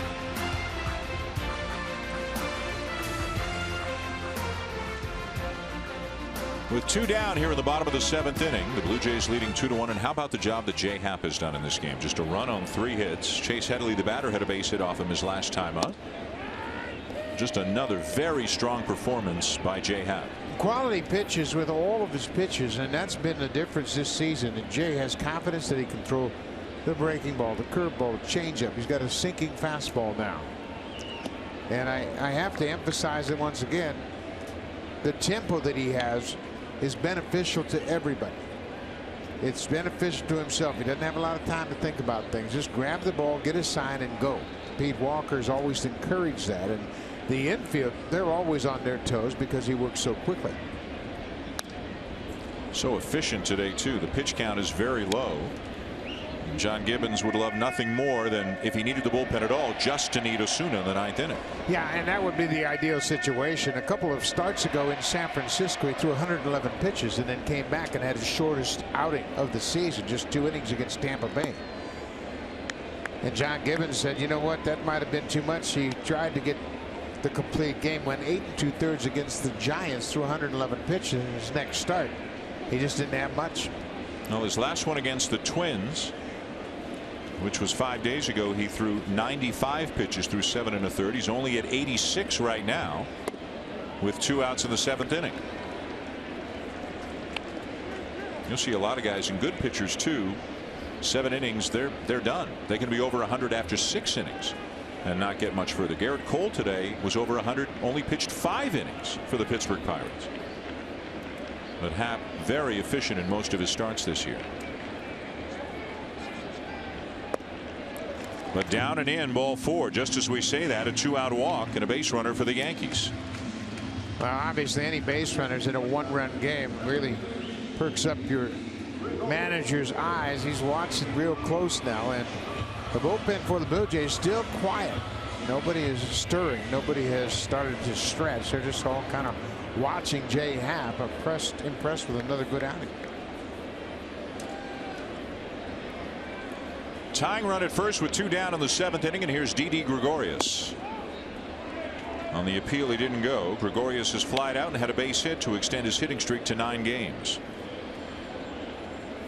A hot hitter who's hit lefties well. Has some pop. 4 home runs on the season, including 1 last night. Bullpen quiet for the Blue Jays as Happ misses outside, ball 2.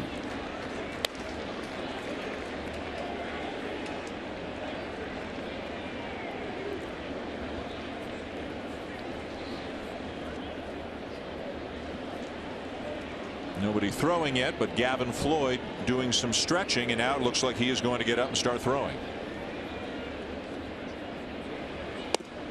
They just got the call, and Gavin Floyd will indeed start to loosen up.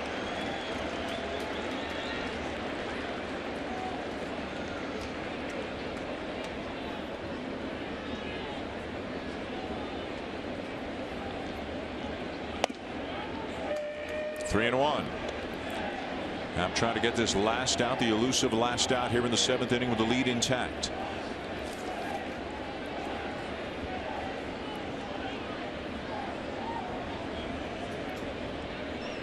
The pitch. Fouled off, and the count now full.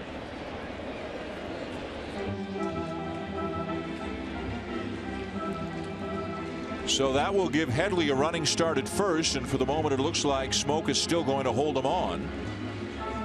Now comes a foot or so, and another foot off the bag, may play somewhat in front of the runner, but not playing deep behind him. Near the bag to try to hold him close, but also trying to cut down some of the gap there. 3-2, fouled back. Now, as Happ's trying to close out the 7th, the Blue Jays have done a terrific job as starters, pitching deep into games consistently, start after start, and everybody raves about the San Francisco Giants and what a great staff they have. The Blue Jays are right behind the Giants in innings pitched coming into play today. Giants have thrown 313 in the 3rd innings. Blue Jays starters 311. Best in the American League. Runner goes again, and the 3-2 pop foul again by Gregorius.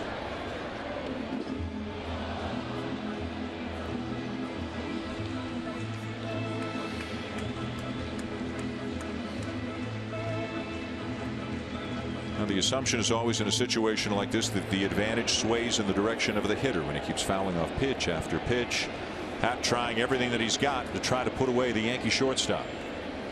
The left-hander sets again, and again the 3-2, and a swing and a ground ball. Up with it, Travis, and on to first to end the inning. Happ gets out of it. 7 very strong innings here in this game, and the Blue Jays still have their lead 2-1 at the end of 7.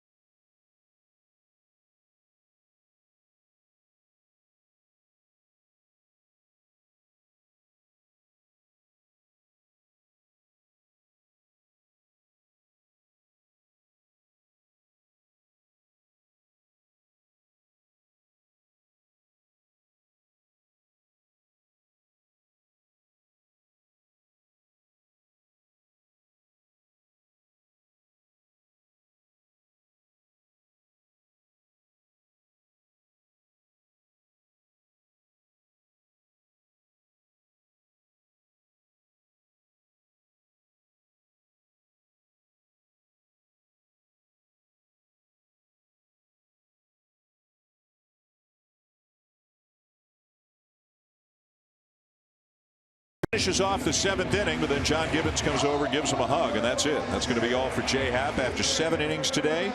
Gives up just a run on 3 hits, leaves with a 2-1 lead. Another job well done by the lefty. And the same can be said for the Yankee lefty, CC Sabathia. His day is done. Buck Dellin Betances in the game. Sabathia goes 7 innings, gives up 2 runs on 2 hits, 2 unearned runs, and he strikes out 7. So the lefties were on their game today. Now it's a battle of bullpens, but the Blue Jays have the lead. Dellin Betances making his 23rd appearance. He pitched in a game here on Tuesday in the series opener. Came in when the game was still in the balance and had a very good inning as Betances worked out of a tough situation. Leadoff walk and a stolen base, and Betances came into the ball game, struck out Paredes, got Pollard line out, and struck out Justin Smoke, the pinch hitter. Darwin Barney, who got the start at shortstop today. Troy Tulowitzki with a bit of a tender quad, and with the lefty on the mound, and Sabathia, Barney hitting well. Right-handed batter, got his first action of the season with the Jays as a shortstop. He will hit for himself here to lead off the 8th inning. Wouldn't be a shock maybe to see Goins come in defensively in the bottom half of the inning. After Barney, it'll be Bautista and then Donaldson.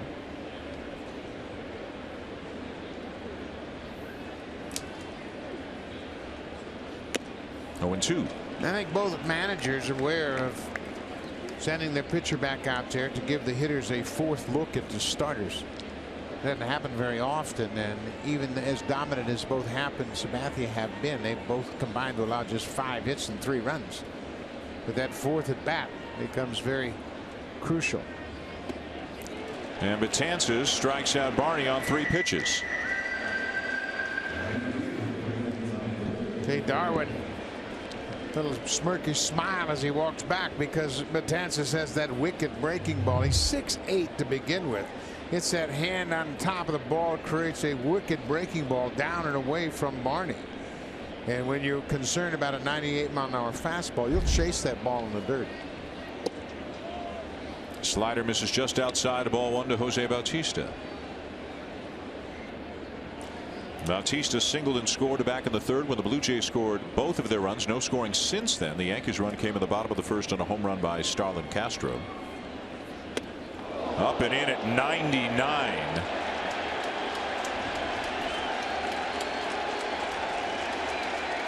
That is frightening. Jim Joyce, the veteran umpire, I told you he was old school. Watch this pitch. Betances throws one up and in, and Bautista after the breaking ball trying to hang in as long as he could. But Jim Joyce turned around, got in front of home plate, cleaned off the mound, cleaned off home plate. Now he's looking at Bautista saying, "Are you ready to go?" And he was talking to McCann as he was dusting off the plate. And the intent was not to dust off the plate. It was to talk to McCann. Ball 3. 100.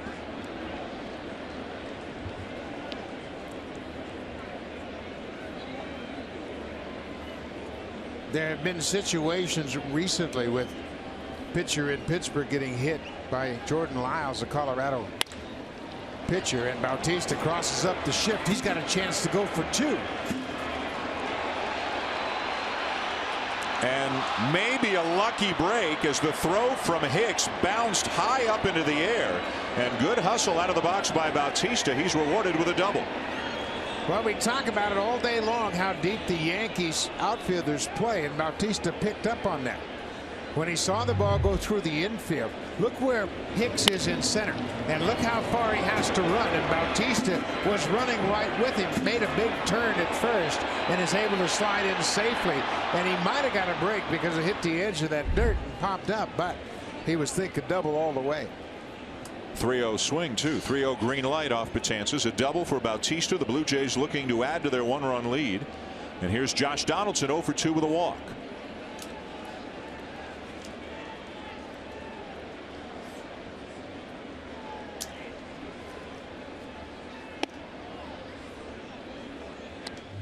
Bautista batting against the shift, sees the defenders on the infield, and then sees the ball go into center. Picked up on where Hicks was immediately and never broke stride as he rounded first and slides in safely at second. Well, what a good trip around the bases for Bautista. slider fouled back, and it's 1-1 on Donaldson. I can't tell you how tough that is to have a 99-mile-an-hour fastball come up around your head and then hang in there and hit a line drive base hit against the same guy in the same at bat. It's got to feel pretty sweet, though. Absolutely, it feels sweet. But then, too, Gibbons gives all of his big hitters the green light, 3-0. He wants them to be aggressive. But that is such an impressive at bat after you have to bail out diving away from 99. 1-1 on Donaldson. 2-1 Blue Jays top 8. Swing and a miss. 1-2 at 101 miles an hour up above the belt. I don't remember Betances throwing 100 before. I know he's been consistently 98, 99.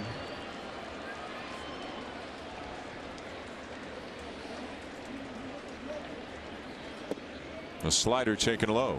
Again, Betances didn't stop very definitively as he comes set, and pitchers have done this to Donaldson all season long because he has that leg kick, and they're trying to disrupt his timing, but there wasn't much of a stop in that last delivery.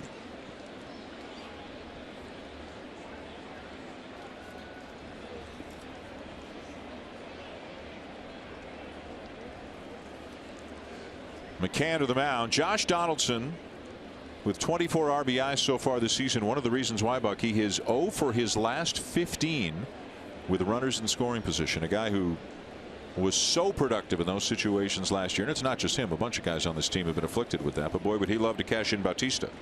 You know what? I just think they're pitching him so tough, and everybody, Bautista, Donaldson, and Encarnacion, because of the success they had last year. Swing and a miss. Another 101-mile-an-hour fastball. 2 down. Drive of the Game is brought to you by the all-new Honda Civic, the 2016 North American Car of the Year. Well, Edwin Encarnacion has gotten big hits for a long time for the Blue Jays, and this is the biggest hit of the day so far. A 2-run single to left field. Traces home Devin Travis and Jose Bautista, the only 2 Blue Jay runs that came way back in the 3rd inning. Betances checks the runner at second, and the first pitch to Encarnacion is taken high, ball 1. Well, consistently at 101 now with the fastball.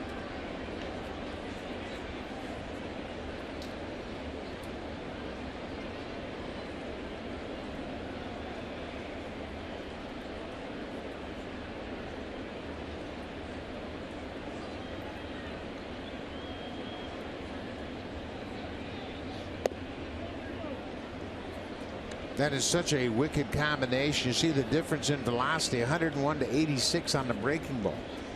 It's hard to cover them both. Take your chances and figure that, okay, I'm going to catch up to a fastball, but if you do that, you got no chance to hit the breaking ball. Can he sit fastball here 2-0? Can you sit fastball when it's coming in 101? Yeah, you have to. Yeah. Slider for a strike, 2-1. And then he does that. Illegal pitch. And in theory, he's their 3rd best guy out of the bullpen. Yeah, he pitches in the less leverage situations. He's the down a run or in the 7th inning when they're up a run guy with Andrew Miller and Aroldis Chapman behind him. See, the Yankees very paranoid about Bautista being at second, that he might relay pitch, but boy, I tell you what, and speaking from experience, it's hard to take a pitch or location when a guy's throwing 101. You want to make real sure that you're right. Because if you're wrong, it hurts. 3-1.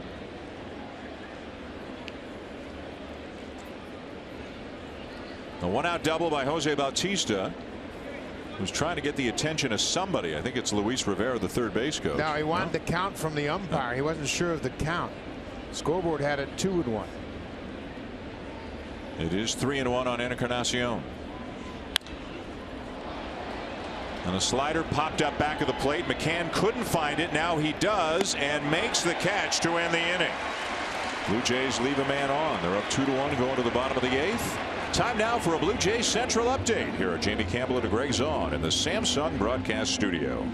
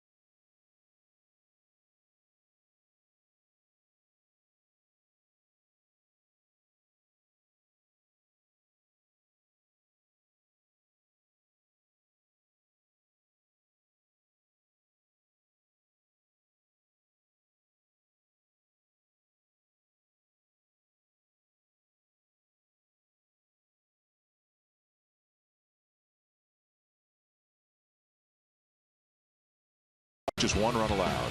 Well, Jay Happ pitched that great game in Minnesota. Pitched into the 8th inning, and then Gavin Floyd came in, and Gavin Floyd gave up a big home run in that game. So now it's Happ again. It's Happ starting and Gavin Floyd. This is the first time that Gavin has pitched since that game in Minnesota. That was on Saturday. Floyd has given up a run or more in each of his last 3 appearances. He's given up a home run in 2 of his last 3 appearances. But again, John Gibbons doesn't have a whole lot of options right now in terms of who the setup guy was supposed to be. Drew Storen. He's pitched himself out of that job. Jesse Chavez had a chance. Joe Biagini's pitching in higher leverage situations, but he pitched last night and the night before. And it's rare these days where a manager will pitch a reliever 3 days in a row. So Gavin Floyd comes on to try to get 3 critical outs here in the bottom of the 8th inning, and he'll face a pinch hitter as Jacoby Ellsbury is going to bat for Austin Romine. So Ellsbury did not start, obviously coming off the bench to pinch hit, but he'll come up now in this situation against Gavin Floyd. So they'll have to make some adjustments at first. We've really not been given an update on Mark Teixeira about his availability, whether or not he can play. Joe Girardi saying before the game, probably a few days until Teixeira's back. Has a sore neck. They've got Dustin Ackley on the bench, another left-handed batter. He could figure in as a pinch hitter at some point. Travis, throw to first, safe at first. Ellsbury. Would have been bang bang even if he makes a good throw. Probably will go as a base hit. Got to believe that it will, but the tying run is aboard one way or the other here to lead off the 8th. Ellsbury was just 3 for 18 before that infield hit against Gavin Floyd. You see where Travis is. He's straight away at second, has a long run out into the outfield. Really couldn't get his body turned far enough to make a strong throw. The throw took off on him, and I think it would have been academic. I think Ellsbury was going to beat the throw no matter where it was.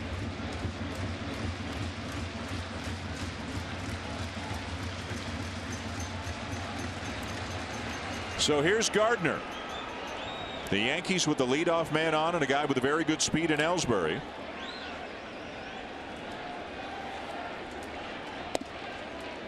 And Floyd misses just up and away for ball 1.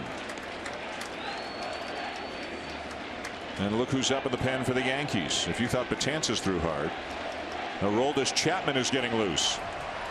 Ellsbury has 9 stolen bases over at first, so he is the threat to run in this 1-run game. Not going, and fouled back by Gardner. A ball and a strike. Blue Jays have really baffled Brett Gardner all season long. He's 0 for 3 today. Now he's 0 for 16 on the season. And that is so much different than his career numbers against the Blue Jays. He has always been a terrific hitter against the Jays. Coming into this game, Gardner a .292 career hitter against the Blue Jays. Pulls a ground ball. Travis up with it. Play to first in time to get Gardner. For a brief moment he thought about going for Ellsbury, but probably made the wise play by going to first. Yeah, he sure did. When you have to go that far away from second to field the ground ball, take the sure out at first, and he almost waited a little bit too long. Both Ellsbury and Gardner, the batter, run well. Watch him look back over. Nope, I better go to first, but he almost took too much time as Gardner hustles down the line better than anybody in the American League, and he almost beat it out. So the tying run is at second with 1 out in the bottom of the 8th inning, and the batter is Aaron Hicks.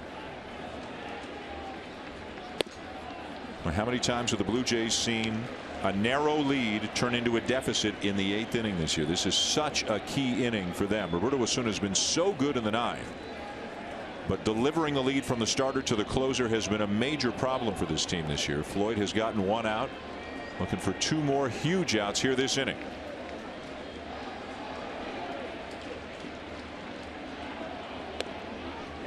And to his credit, he's gotten 2 ground balls. It's just that one of them was pulled between first and second by Ellsbury, and he's got enough speed to beat it out.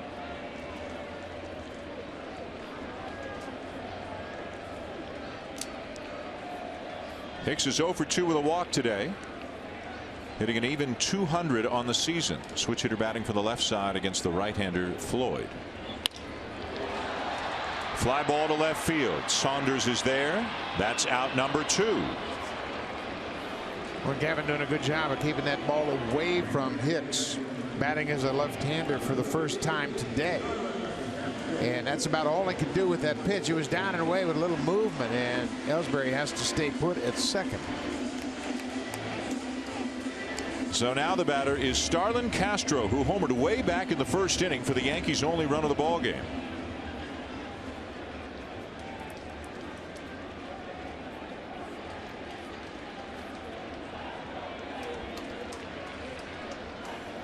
Floyd's got to use the breaking ball in this situation. Starts him with a breaking ball for a strike. Put it in his mind. Keep him off that fastball. But he used that get ahead breaking ball. It's almost a free strike in this situation. Castro's had a lot of success against Floyd, 5 for 12, including a home run. On deck is Carlos Beltran. Yes, he did, and he's out in front 0-2. Well, Castro is responsible for the only Yankee run, and it came in his first at bat of the afternoon against Jay Happ, a 2-out home run into the Yankee bullpen. And Jay Happ surrendered that home run, but he didn't surrender much after that.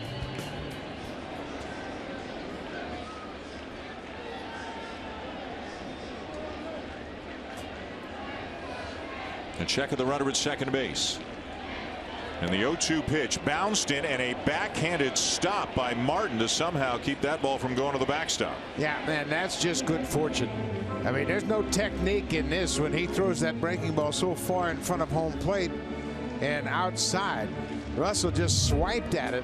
You can't teach this. This is just great instincts. And Russell started his career as an infielder, played some third base, and right there he looked like a third baseman knocking down a hot shot.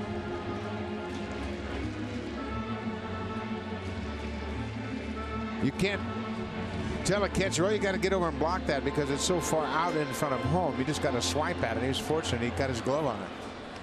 1 ball, 2 strikes. The count on Castro. The tying run out at second, and Ellsbury with 2 down here in the bottom of the 8th. Floyd has his sign. He deals, and he got him swinging on a pitch in the dirt to end the inning. So Gavin Floyd gets it done. He gets 3 huge outs here in the bottom of the 8th. And it's still 2-1 Blue Jays going top 9 here in the Bronx.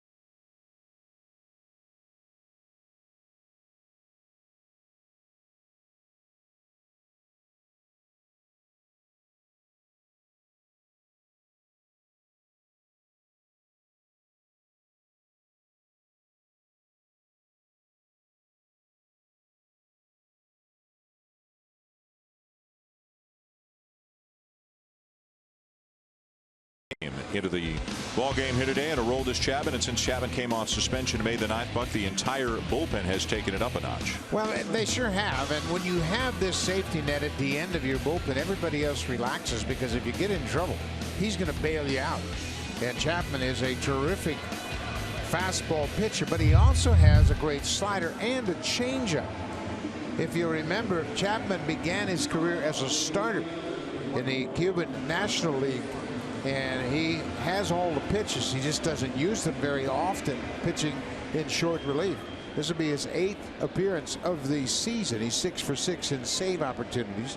Defensive changes for New York. Dustin Ackley takes over at first base after Austin Romine was lifted for a pinch hitter. Jacoby Ellsbury, who will stay in the game and play center field. So put Ackley in the 2 spot in the lineup as Chapman faces Michael Saunders.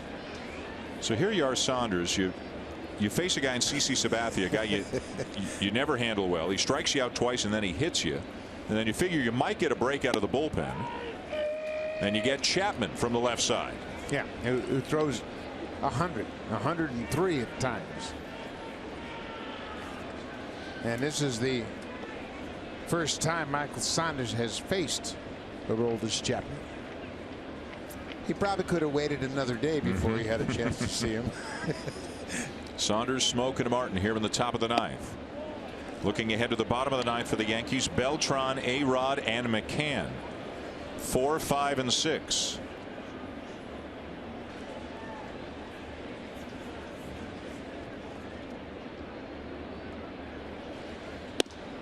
Inside, 3 balls and a strike, and no surprise, Roberto Osuna's up in the pen for the Blue Jays. Gavin Floyd did a terrific job. You mentioned the infield base hit, but then he was able to strike out Starlin Castro to strand Ellsbury in scoring position. Foul to back, and the count is full. Chapman will throw a fastball, a slider, and a changeup. And I watched his outing in Oakland against the A's. He used a couple of very good changeups with 2 strikes. He struck out Danny Valencia with one of those great changeups, and it was 88 miles an hour. Out of play, and the at bat will continue. If the Blue Jays can get a win here today, with all the issues they've been having, it would still be a 5-2 road trip. Yeah, and you know what? It's really a good road trip, and everybody, I think, they're not so upbeat about it because of that loss in Minnesota on Saturday, where they had a chance to sweep the 4-game series and come in here with really a full head of steam. Late on that as he sends a screamer foul down the left field line. Well, the good news for the Blue Jays is Baltimore's lost 3 in a row, so the Blue Jays are 5 games back of the Orioles for 2nd place in the division, but they are 7 back of the Red Sox, who have won 4 in a row for top spot. Boston in Toronto beginning tomorrow night. Out number 1.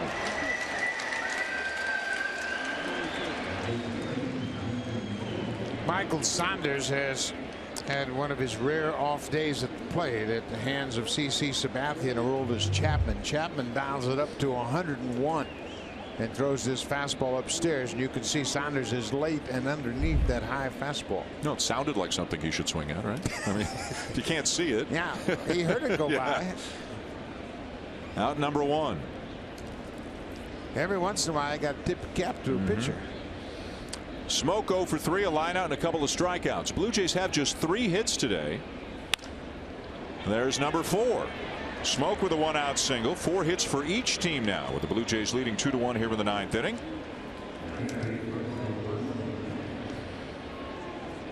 That'll bring up Russell Martin.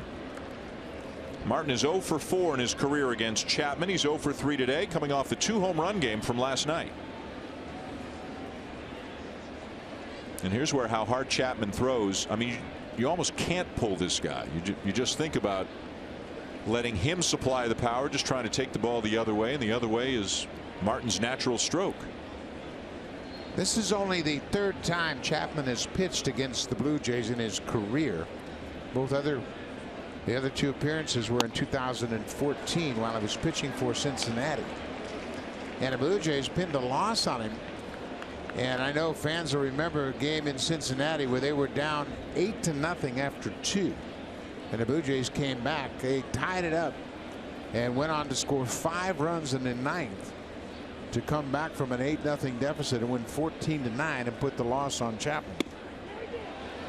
Yes, he did, says Jim Joyce, and it's 0-2 on Russell Martin, who's seen a couple of 101-mile-an-hour fastballs. Chapman's a free agent at the end of the year. The Yankees got him, obviously thinking he would help them contend. If they don't, you wonder if he'll be back on the market by the end of July. But for now, part of a formidable trio at the end of the pen. Swing and a miss, 2 down. Here it is. Let's see if he can hit it. He got 3 101-mile-an-hour fastballs. Yeah, and there's no mystery to this approach. When you throw this hard and it's twilight, tough for hitters to see. You can see it's a 4-seam fastball, and that spin rate is way up there. That's why hitters swing underneath it. It maintains its height all the way through the strike zone. Now Kevin Pillar, who's 0 for 3. 2-1 Blue Jays top 9. The Yankees got a run in the first, the Blue Jays 2 in the third. Nothing since. Jays trying to win the series and finish off a road trip rather on a positive note, going 5-2 if they can pick up a win today. There's a strike, 1-1.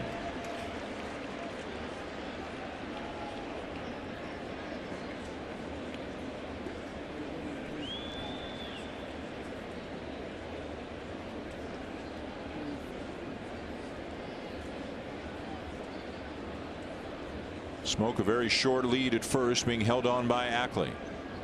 Chapman the set and the pitch. Down low, ball 2 to Pillar.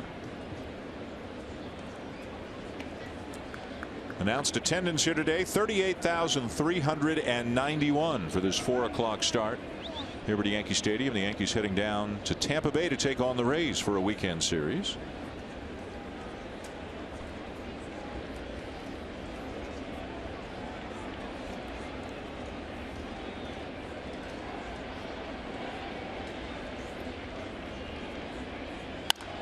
And a base hit through the right side for Pillar. Up to second goes Smoke. Both of the hits, the hitters Smoke and Pillar, have a great approach against Chapman. You throw that hard and you figure you're not going to pull it, so just go the other way. Pillar really stays on this ball. It's down and away from him, and he had a beautiful approach and drives it through the right side into right. So 2 on with 2 outs for Devin Travis.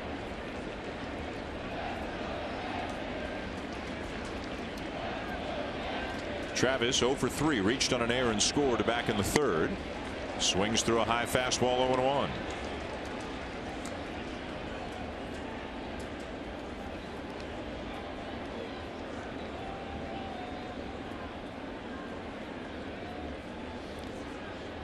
Smoke does not run well out at second base.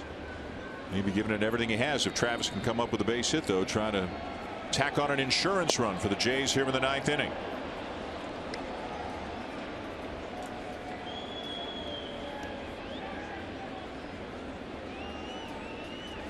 Coming into this game, Chapman had given up just 3 hits in 7 innings in his first 7 appearances. The Blue Jays have a couple of base hits off him here today.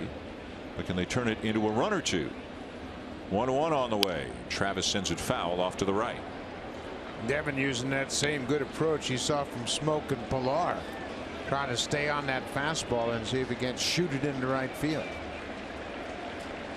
Beltran doesn't throw like he did early in his career, and right now he's battling that sun out in right field. He's looking right into that sun. It might be difficult for him to pick up a line drive. Ellsbury does not throw well.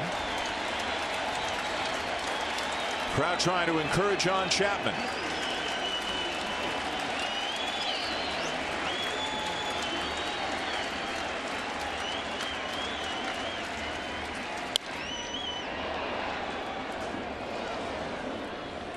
(103 miles an hour).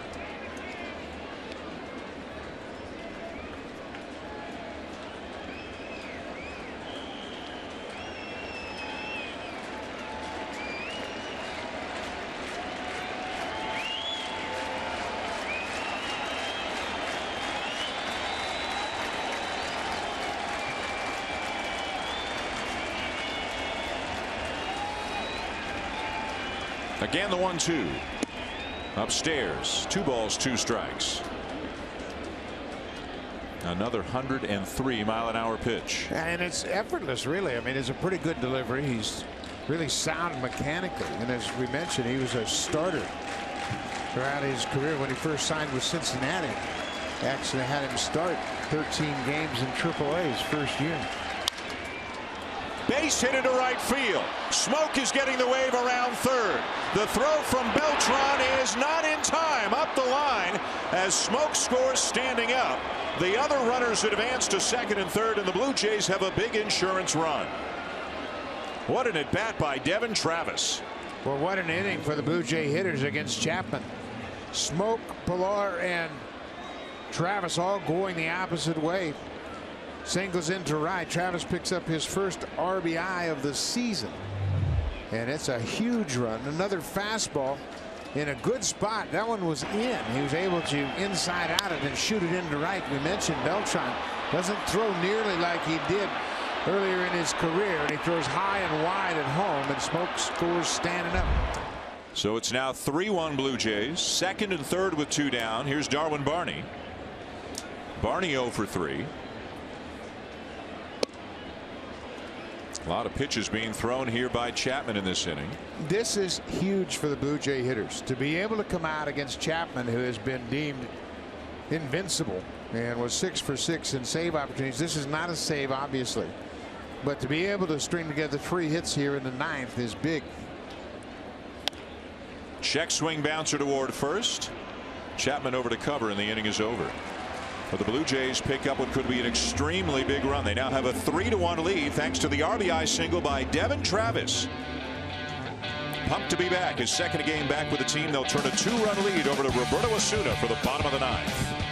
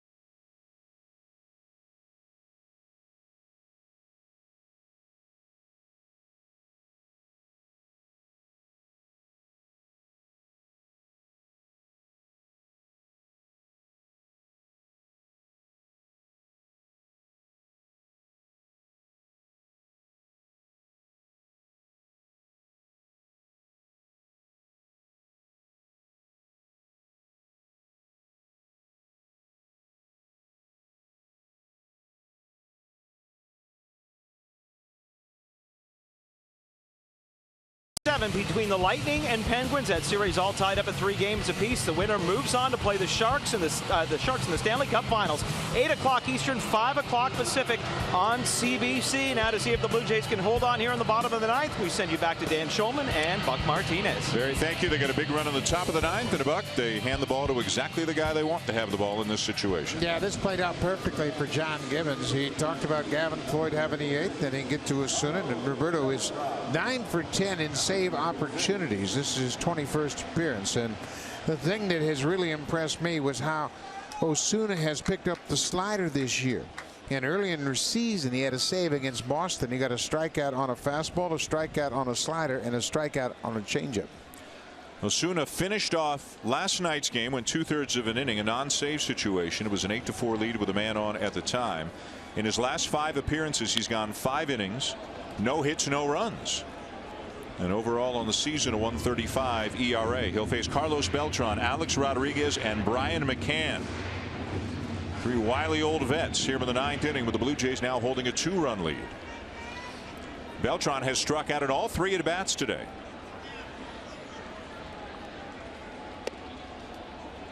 There's a high changeup that really got away from Osuna. Blue Jays have the shift on. Donaldson alone on the left side of the infield.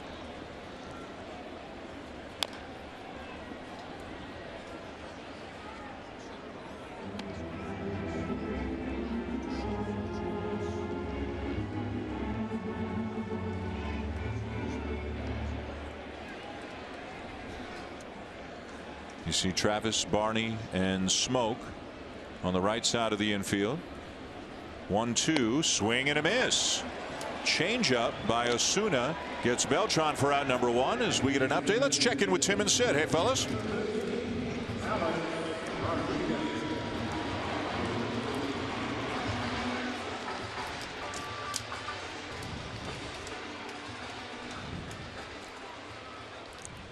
I would imagine you would. Thanks, guys. 2 outs away if all goes well for the Blue Jays here in the bottom of the 9th. Osuna now to face Alex Rodriguez. A-Rod is 0 for 3 in his return to the active roster. Crowd grumbling a little bit. A-Rod's not, because it was a breaking ball that missed up and in for ball 1.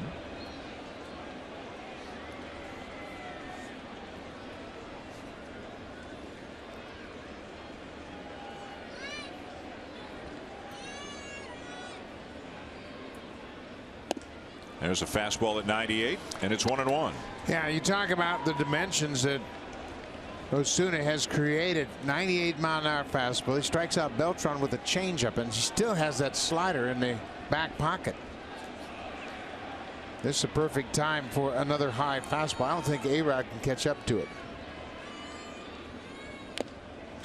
97, 1-2. Yeah, why would you change what you're doing right now? Especially you have a 2-run cushion. Stay hard. Use that fastball.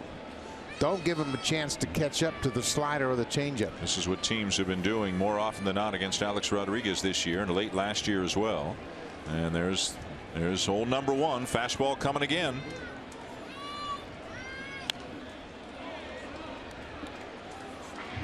A-Rod was the first strikeout victim for Roberto Osuna. April 8th, 2015, right here at Yankee Stadium. That came in Osuna's first game against the Yankees, and he punched him out. Then he calmly called time and threw the ball in the dugout.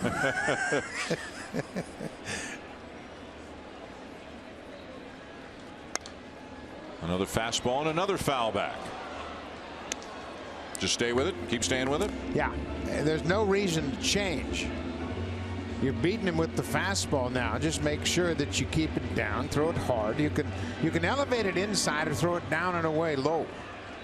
You got 2 options, and Russell Martin's pondering his options right now. Osuna doesn't want the slider. Russell said, yeah, let's throw it. And Osuna gave in the second time he put the sign down. His heart wasn't in it. No, you're right. No, his heart wasn't in it. He didn't want to make a mistake with that changeup, so he buried it in the dirt.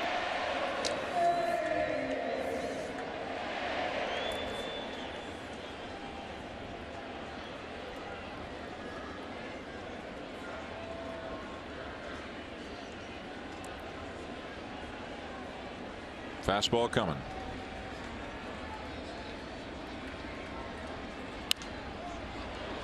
Not where they wanted to locate it. Fouled off by A-Rod. And it doesn't make any difference. Look where he's hitting it. Into the second deck, foul. So again, that just brings into focus how mature Osuna is as a 21-year-old. Martin called for the slider, but instead of trying to throw a good pitch, he just threw it in the dirt.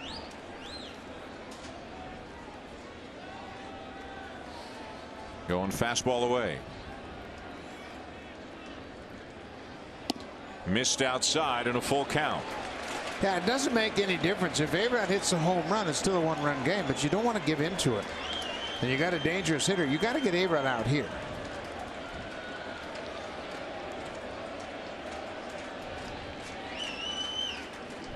Who's going to win out, Martin or Osuna? Coming back with the fastball.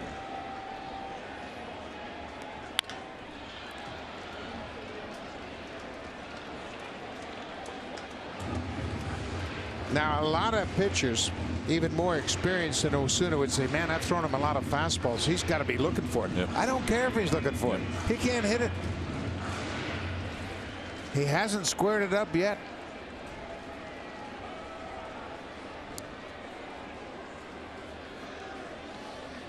Osuna wanted the slider here. Shook Martin off the fastball and gets him swinging. He threw it with conviction that time. And he had thrown the slider earlier in the bat, wasn't real sure about it, so he bounced it. This time it was his idea. He wants to save that ball for some reason. That's funny. This is a great slider down and away, and Rodriguez wasn't close to making contact. But after the strikeout, he got the ball back in his glove, and he called time and threw the ball into the dugout. Well, it's one of two things. Either he's thinking maybe that's the last time I ever face Alex Rodriguez, or it's his 100th career strikeout. Just picked up a save as McCann flies out. So Osuna has a milestone strikeout.